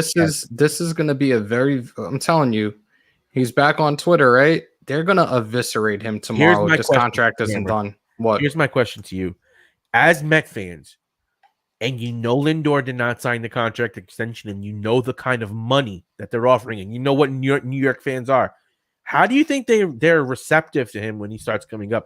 Is he going to get like I'm already seeing people like in these Met group pages and shit. Like, yo, we are going to boo the shit out of him come opening day. I'm like, oh, great. That is what I'm afraid of, because I think that the way this is playing out so publicly, and with his numbers being so public, and the Mets putting out, hey, we offered you 10,325, you want 12,385. Now it's a bidding war out in the public. It's funny that they weren't doing this before. They weren't doing this before when it came to Springer and Bauer until it was too late. So I find it funny now all of a sudden they're making this public. This is supposed to be the first big move that you're making as a new owner of the New York Mets, and you're fucking it up badly. Yeah. Like Cohen's getting eviscerated on Twitter tomorrow. I'm telling you right now. Watch. It's going to happen. I think that's going to be a horrible play for the Mets franchise, because you could look at the owner getting it on one end and the player getting it on the other. Because here's what's funny about this. I was telling Hammer, you think the Dodgers hesitated the second they got Mookie Betts? Hell no. They went and got him a long-term contract to ensure he stayed there. And that's where I'm like, if you're making that trade, wouldn't you have asked the Indians to speak to Lindor's representation about a deal? And at least have a framework that's acceptable. So now it's just ironing out stuff. If you're going to make the move, that's your number one, shortstop type prospect, where you could have just kept him for one more year and signed whoever you're going to sign in the offseason, because that's all that's going to happen now. You're going to just be in free agency trying to sign a guy that you could have signed the year, without giving up the prospects. And I think that's going to make it even worse, that they have to pay him. They literally have to pay him, and they should pay him tonight, so they don't have to worry about this all season. And if they start booing this kid, and he doesn't like it, and he goes to the Yankees or another team in the division, or that's going to be a bad look. Yeah, that is going to be a terrible look for God. Well, we are now 50 minutes away from midnight, so yep. I'm so time's ticking, Cohen. Right, and Lindor's not moving because he knows you got all the money. What are you going to do? Tell me to go to the free agency? That's fine. I just got here. I literally just got here. Like, bro, all he knows he can be like, I'll go play second base for the Padres. They have. Oh dear God, there's your remaining billion that needs to be filled. We have a hole at second base. Lindor, come. Right. All right. Yeah, like just pack your bags and come over here. Help us out. Or maybe they finally put in with Trout, because they just love spending money with the Angels that don't make sense. Oh God, I could see them paying him. Oh God! After what happened with Andrelton Simmons, dude, like they had an opportunity to freaking make it happen. Lindor. I mean, now you're gonna give Trout his last shot. You have all the other bats there. I could see the Angels as being a great landing spot. God, I just am like, they just need pitching, dude. I'm like, I could care less. I could care less about those bats unless that pitching works. Like when they got Rendon, Rendon was a great play, but you should have probably. And I understood that for sure. But I'm just like, they needed to get more pitching involved, because every single one of these pitchers were going to be gone. And it wasn't going to work out at all the longer you waited. Mm-hmm. So that's where I'm just like, But and a team that went and got the pitching that actually made it work was Washington. Remember Corbin? Everyone was looking, is Corbin worth the money? I've said it, that Corbin, when he's a middle rotation guy, dude, he works. He plugs it in, because with Scherzer, Strasburg right there, and then adding Anibal Sanchez and a couple, they were willing to make that work.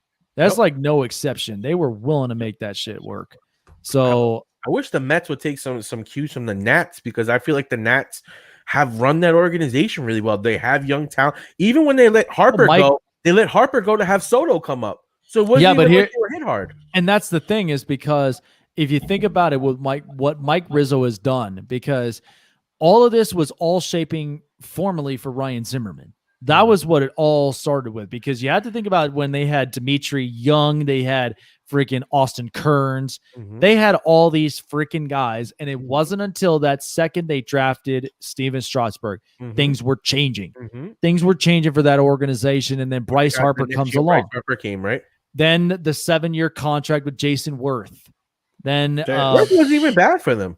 No, he wasn't. I mean, the bat was working. Then Michael Morse out of nowhere, freaking like he was hitting well in 2011, and then and they then signed Max Scherzer. Like that was the one of the biggest regrets I have for the Yankees is that season when he was leaving the AL, they didn't go and get him, and the Nationals got him, and it paid dividends for them. Oh, it paid great dividends for him, and that's why I'm like, how they were able to just do this was really just kind of work their rotation as long as they possibly could until they were able to land Scherzer, then still have Strasburg be healthy, because that was the ultimate thing, was they needed Scherzer to stay healthy. And then whatever they were going to do with the 3 through 5 hole, they were going to figure it out and then work the closing. I was so pissed the second that the A's lost Sean Doolittle, but he worked well in that bullpen. That's where I was like, damn it, man. But they worked it. And even when they had tried with Drew Storen at one point as their closer, and that didn't work, I still had some good hopes for him, but it was just then Blake Trinan I was so surprised of, because Trinan had that nasty freaking slider. Or he had that nasty splitter, I should say. That thing was freaking quick. But he was another. I think that's one thing you could also say about the Athletics. They seem to always get these really good fill-in bullpen guys, which maybe it could be Trevor Rosenthal this year, but they always get these middle relief guys who are casted away. They turn him back into something. They ship him. I think they had Soria one year for a little bit of period of time. He was good. Trian was good for them. They had Doolittle, but they consistently run that gambit. They don't keep and sign a big time closer. They don't pay that money in that. Like Hendricks, I mean, if you think you were going to pay a closer, that would be a guy to pay because he's relatively young. He was really good last year. But they're that's why I kept saying it, that if anything, throw Diekman in the 8th. Because I always said this, that when we saw it with Sean Doolittle, he worked the 8th inning perfectly. Like he was setting it up right there. That's how you should have it. Like look at some of these real good setup guys from the 8th. Tony Watson. There were a couple of real good left-handers that worked the 8th. And that's why I'm like, it worked, because honestly, 9th innings is meant for right-handers. It has to be overpowering fastballs, working sliders, changeups. That's what it was meant to be, was against pressure. But and when they tried that with Doolittle in the closing, I was like, it's not going to work. Trust me, it's not, because it's too much that they have to bear with to really shut it down. I mean, yeah, Zach Britton is an exception. And I think a perfect example of it too is Chapman, because Chapman is great in the regular season. Chapman is a really solid guy. The Cubs fucked him up. Bad. We've had so many instances as a Cub and as a Yankee where we've seen him give up that home run in the 9th inning to let the next game go. You know, from the last game that the Astros played versus us, where Altuve had his little buzzer and smacks it out, to even with the Cubs where he was giving Chapman smiling at the end of it. It's just another case of those lefties being like, you know, I prefer my Mo, because he at least would only give up a broken bat single to center field instead of a massive home run. All right. God, yeah. All right, guys. We've been on way longer than we've been than I expected tomorrow's tonight. Tomorrow's the big day. Oh, Christmas. No, it would have been Christmas if Christmas, it's Hanukkah, it's Kwanzaa, it's all the holidays all in one. It's gonna be on the mound. Go watch a true Ace. Enjoy it for free. Here we go, baby. We're getting the win tomorrow. Everybody wearing their caps tomorrow. I'm hoping for it, because I'm like, yep, I got my A's cap. I've got my A's T-shirt of Yoenis Cespedes. Oh yeah. Make sure you wear that Yankees chain underneath, so you have some good luck on you. You know. Oh, I might actually wear my Astros hat tomorrow. And you know what? This made Hammer happy, because honestly, when I played T-ball at 5 years old, the first team I ever played for was the Mets, and they had the black jerseys. That was what was dope. Like that. Did you hear what Pete Alonso did once he found out? He was like so ecstatic. And then he accidentally leaked. He accidentally leaked out that they were doing the blackout Friday nights at Citi Field. Yeah, and then Stroman goes, "I need to get the black jersey signed by DeGrom, because he's like that legendary." I'm like, all right, yeah, like legendary. It is work. Yeah, like dude, Ron Darling and freaking Al Leiter. Like, yeah, that. Oh God, yeah. Mike Piazza. Mike, Yo, that home run, man. The very first Met jersey I got was the black Mike Piazza jersey when Yeah. I was 12 And you years know what? old, and I still have the jersey to this day. Yeah. Wow. And you know what's funny about that was that ended when Jose Reyes and David Wright were oh man. That see, I That's don't the last understand time the you Mets, saw though. him. Like how could you have such good uniforms for so long and just get rid of them? Like, how does that make sense? Blame the coupons. I mean, You know what's Wilpons. funny is that the A's had the black jerseys too. They had that black. Yeah, they Yeah, did. I've seen those. Because that was the year when they had freaking Jack Cust. They had freaking who was it? Mark Ellis. Yep, Mark Ellis, Eric Chavez. Chavez, my God, third baseman. I remember Third him. baseman, man. I remember the year that was when they had Tejada. Yep, they had Miguel Tejada. Yep, that was the biggest disappointment of the shortstop class because you had Jeter, A-Rod, Nomar Garcia-Parra, and Tejada as that holy, four group.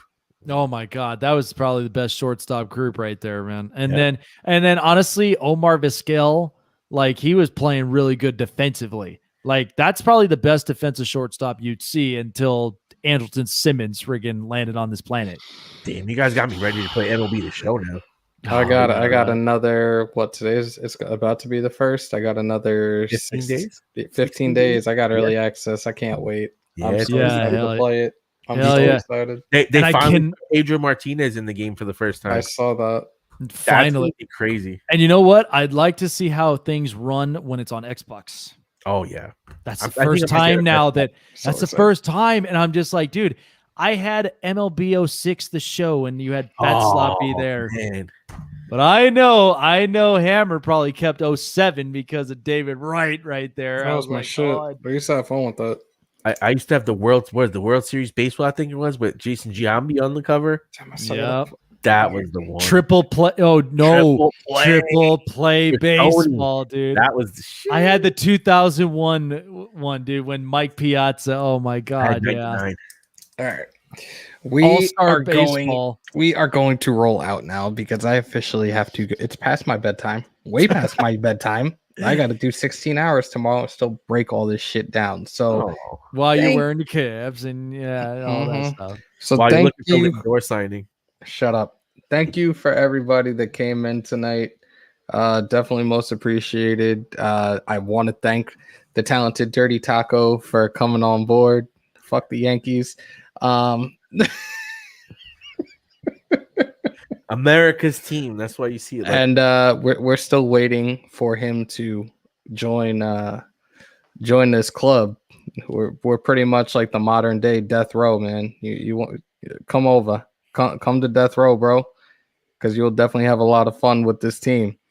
But that being said, opening day starts tomorrow. I can't be any more excited. And I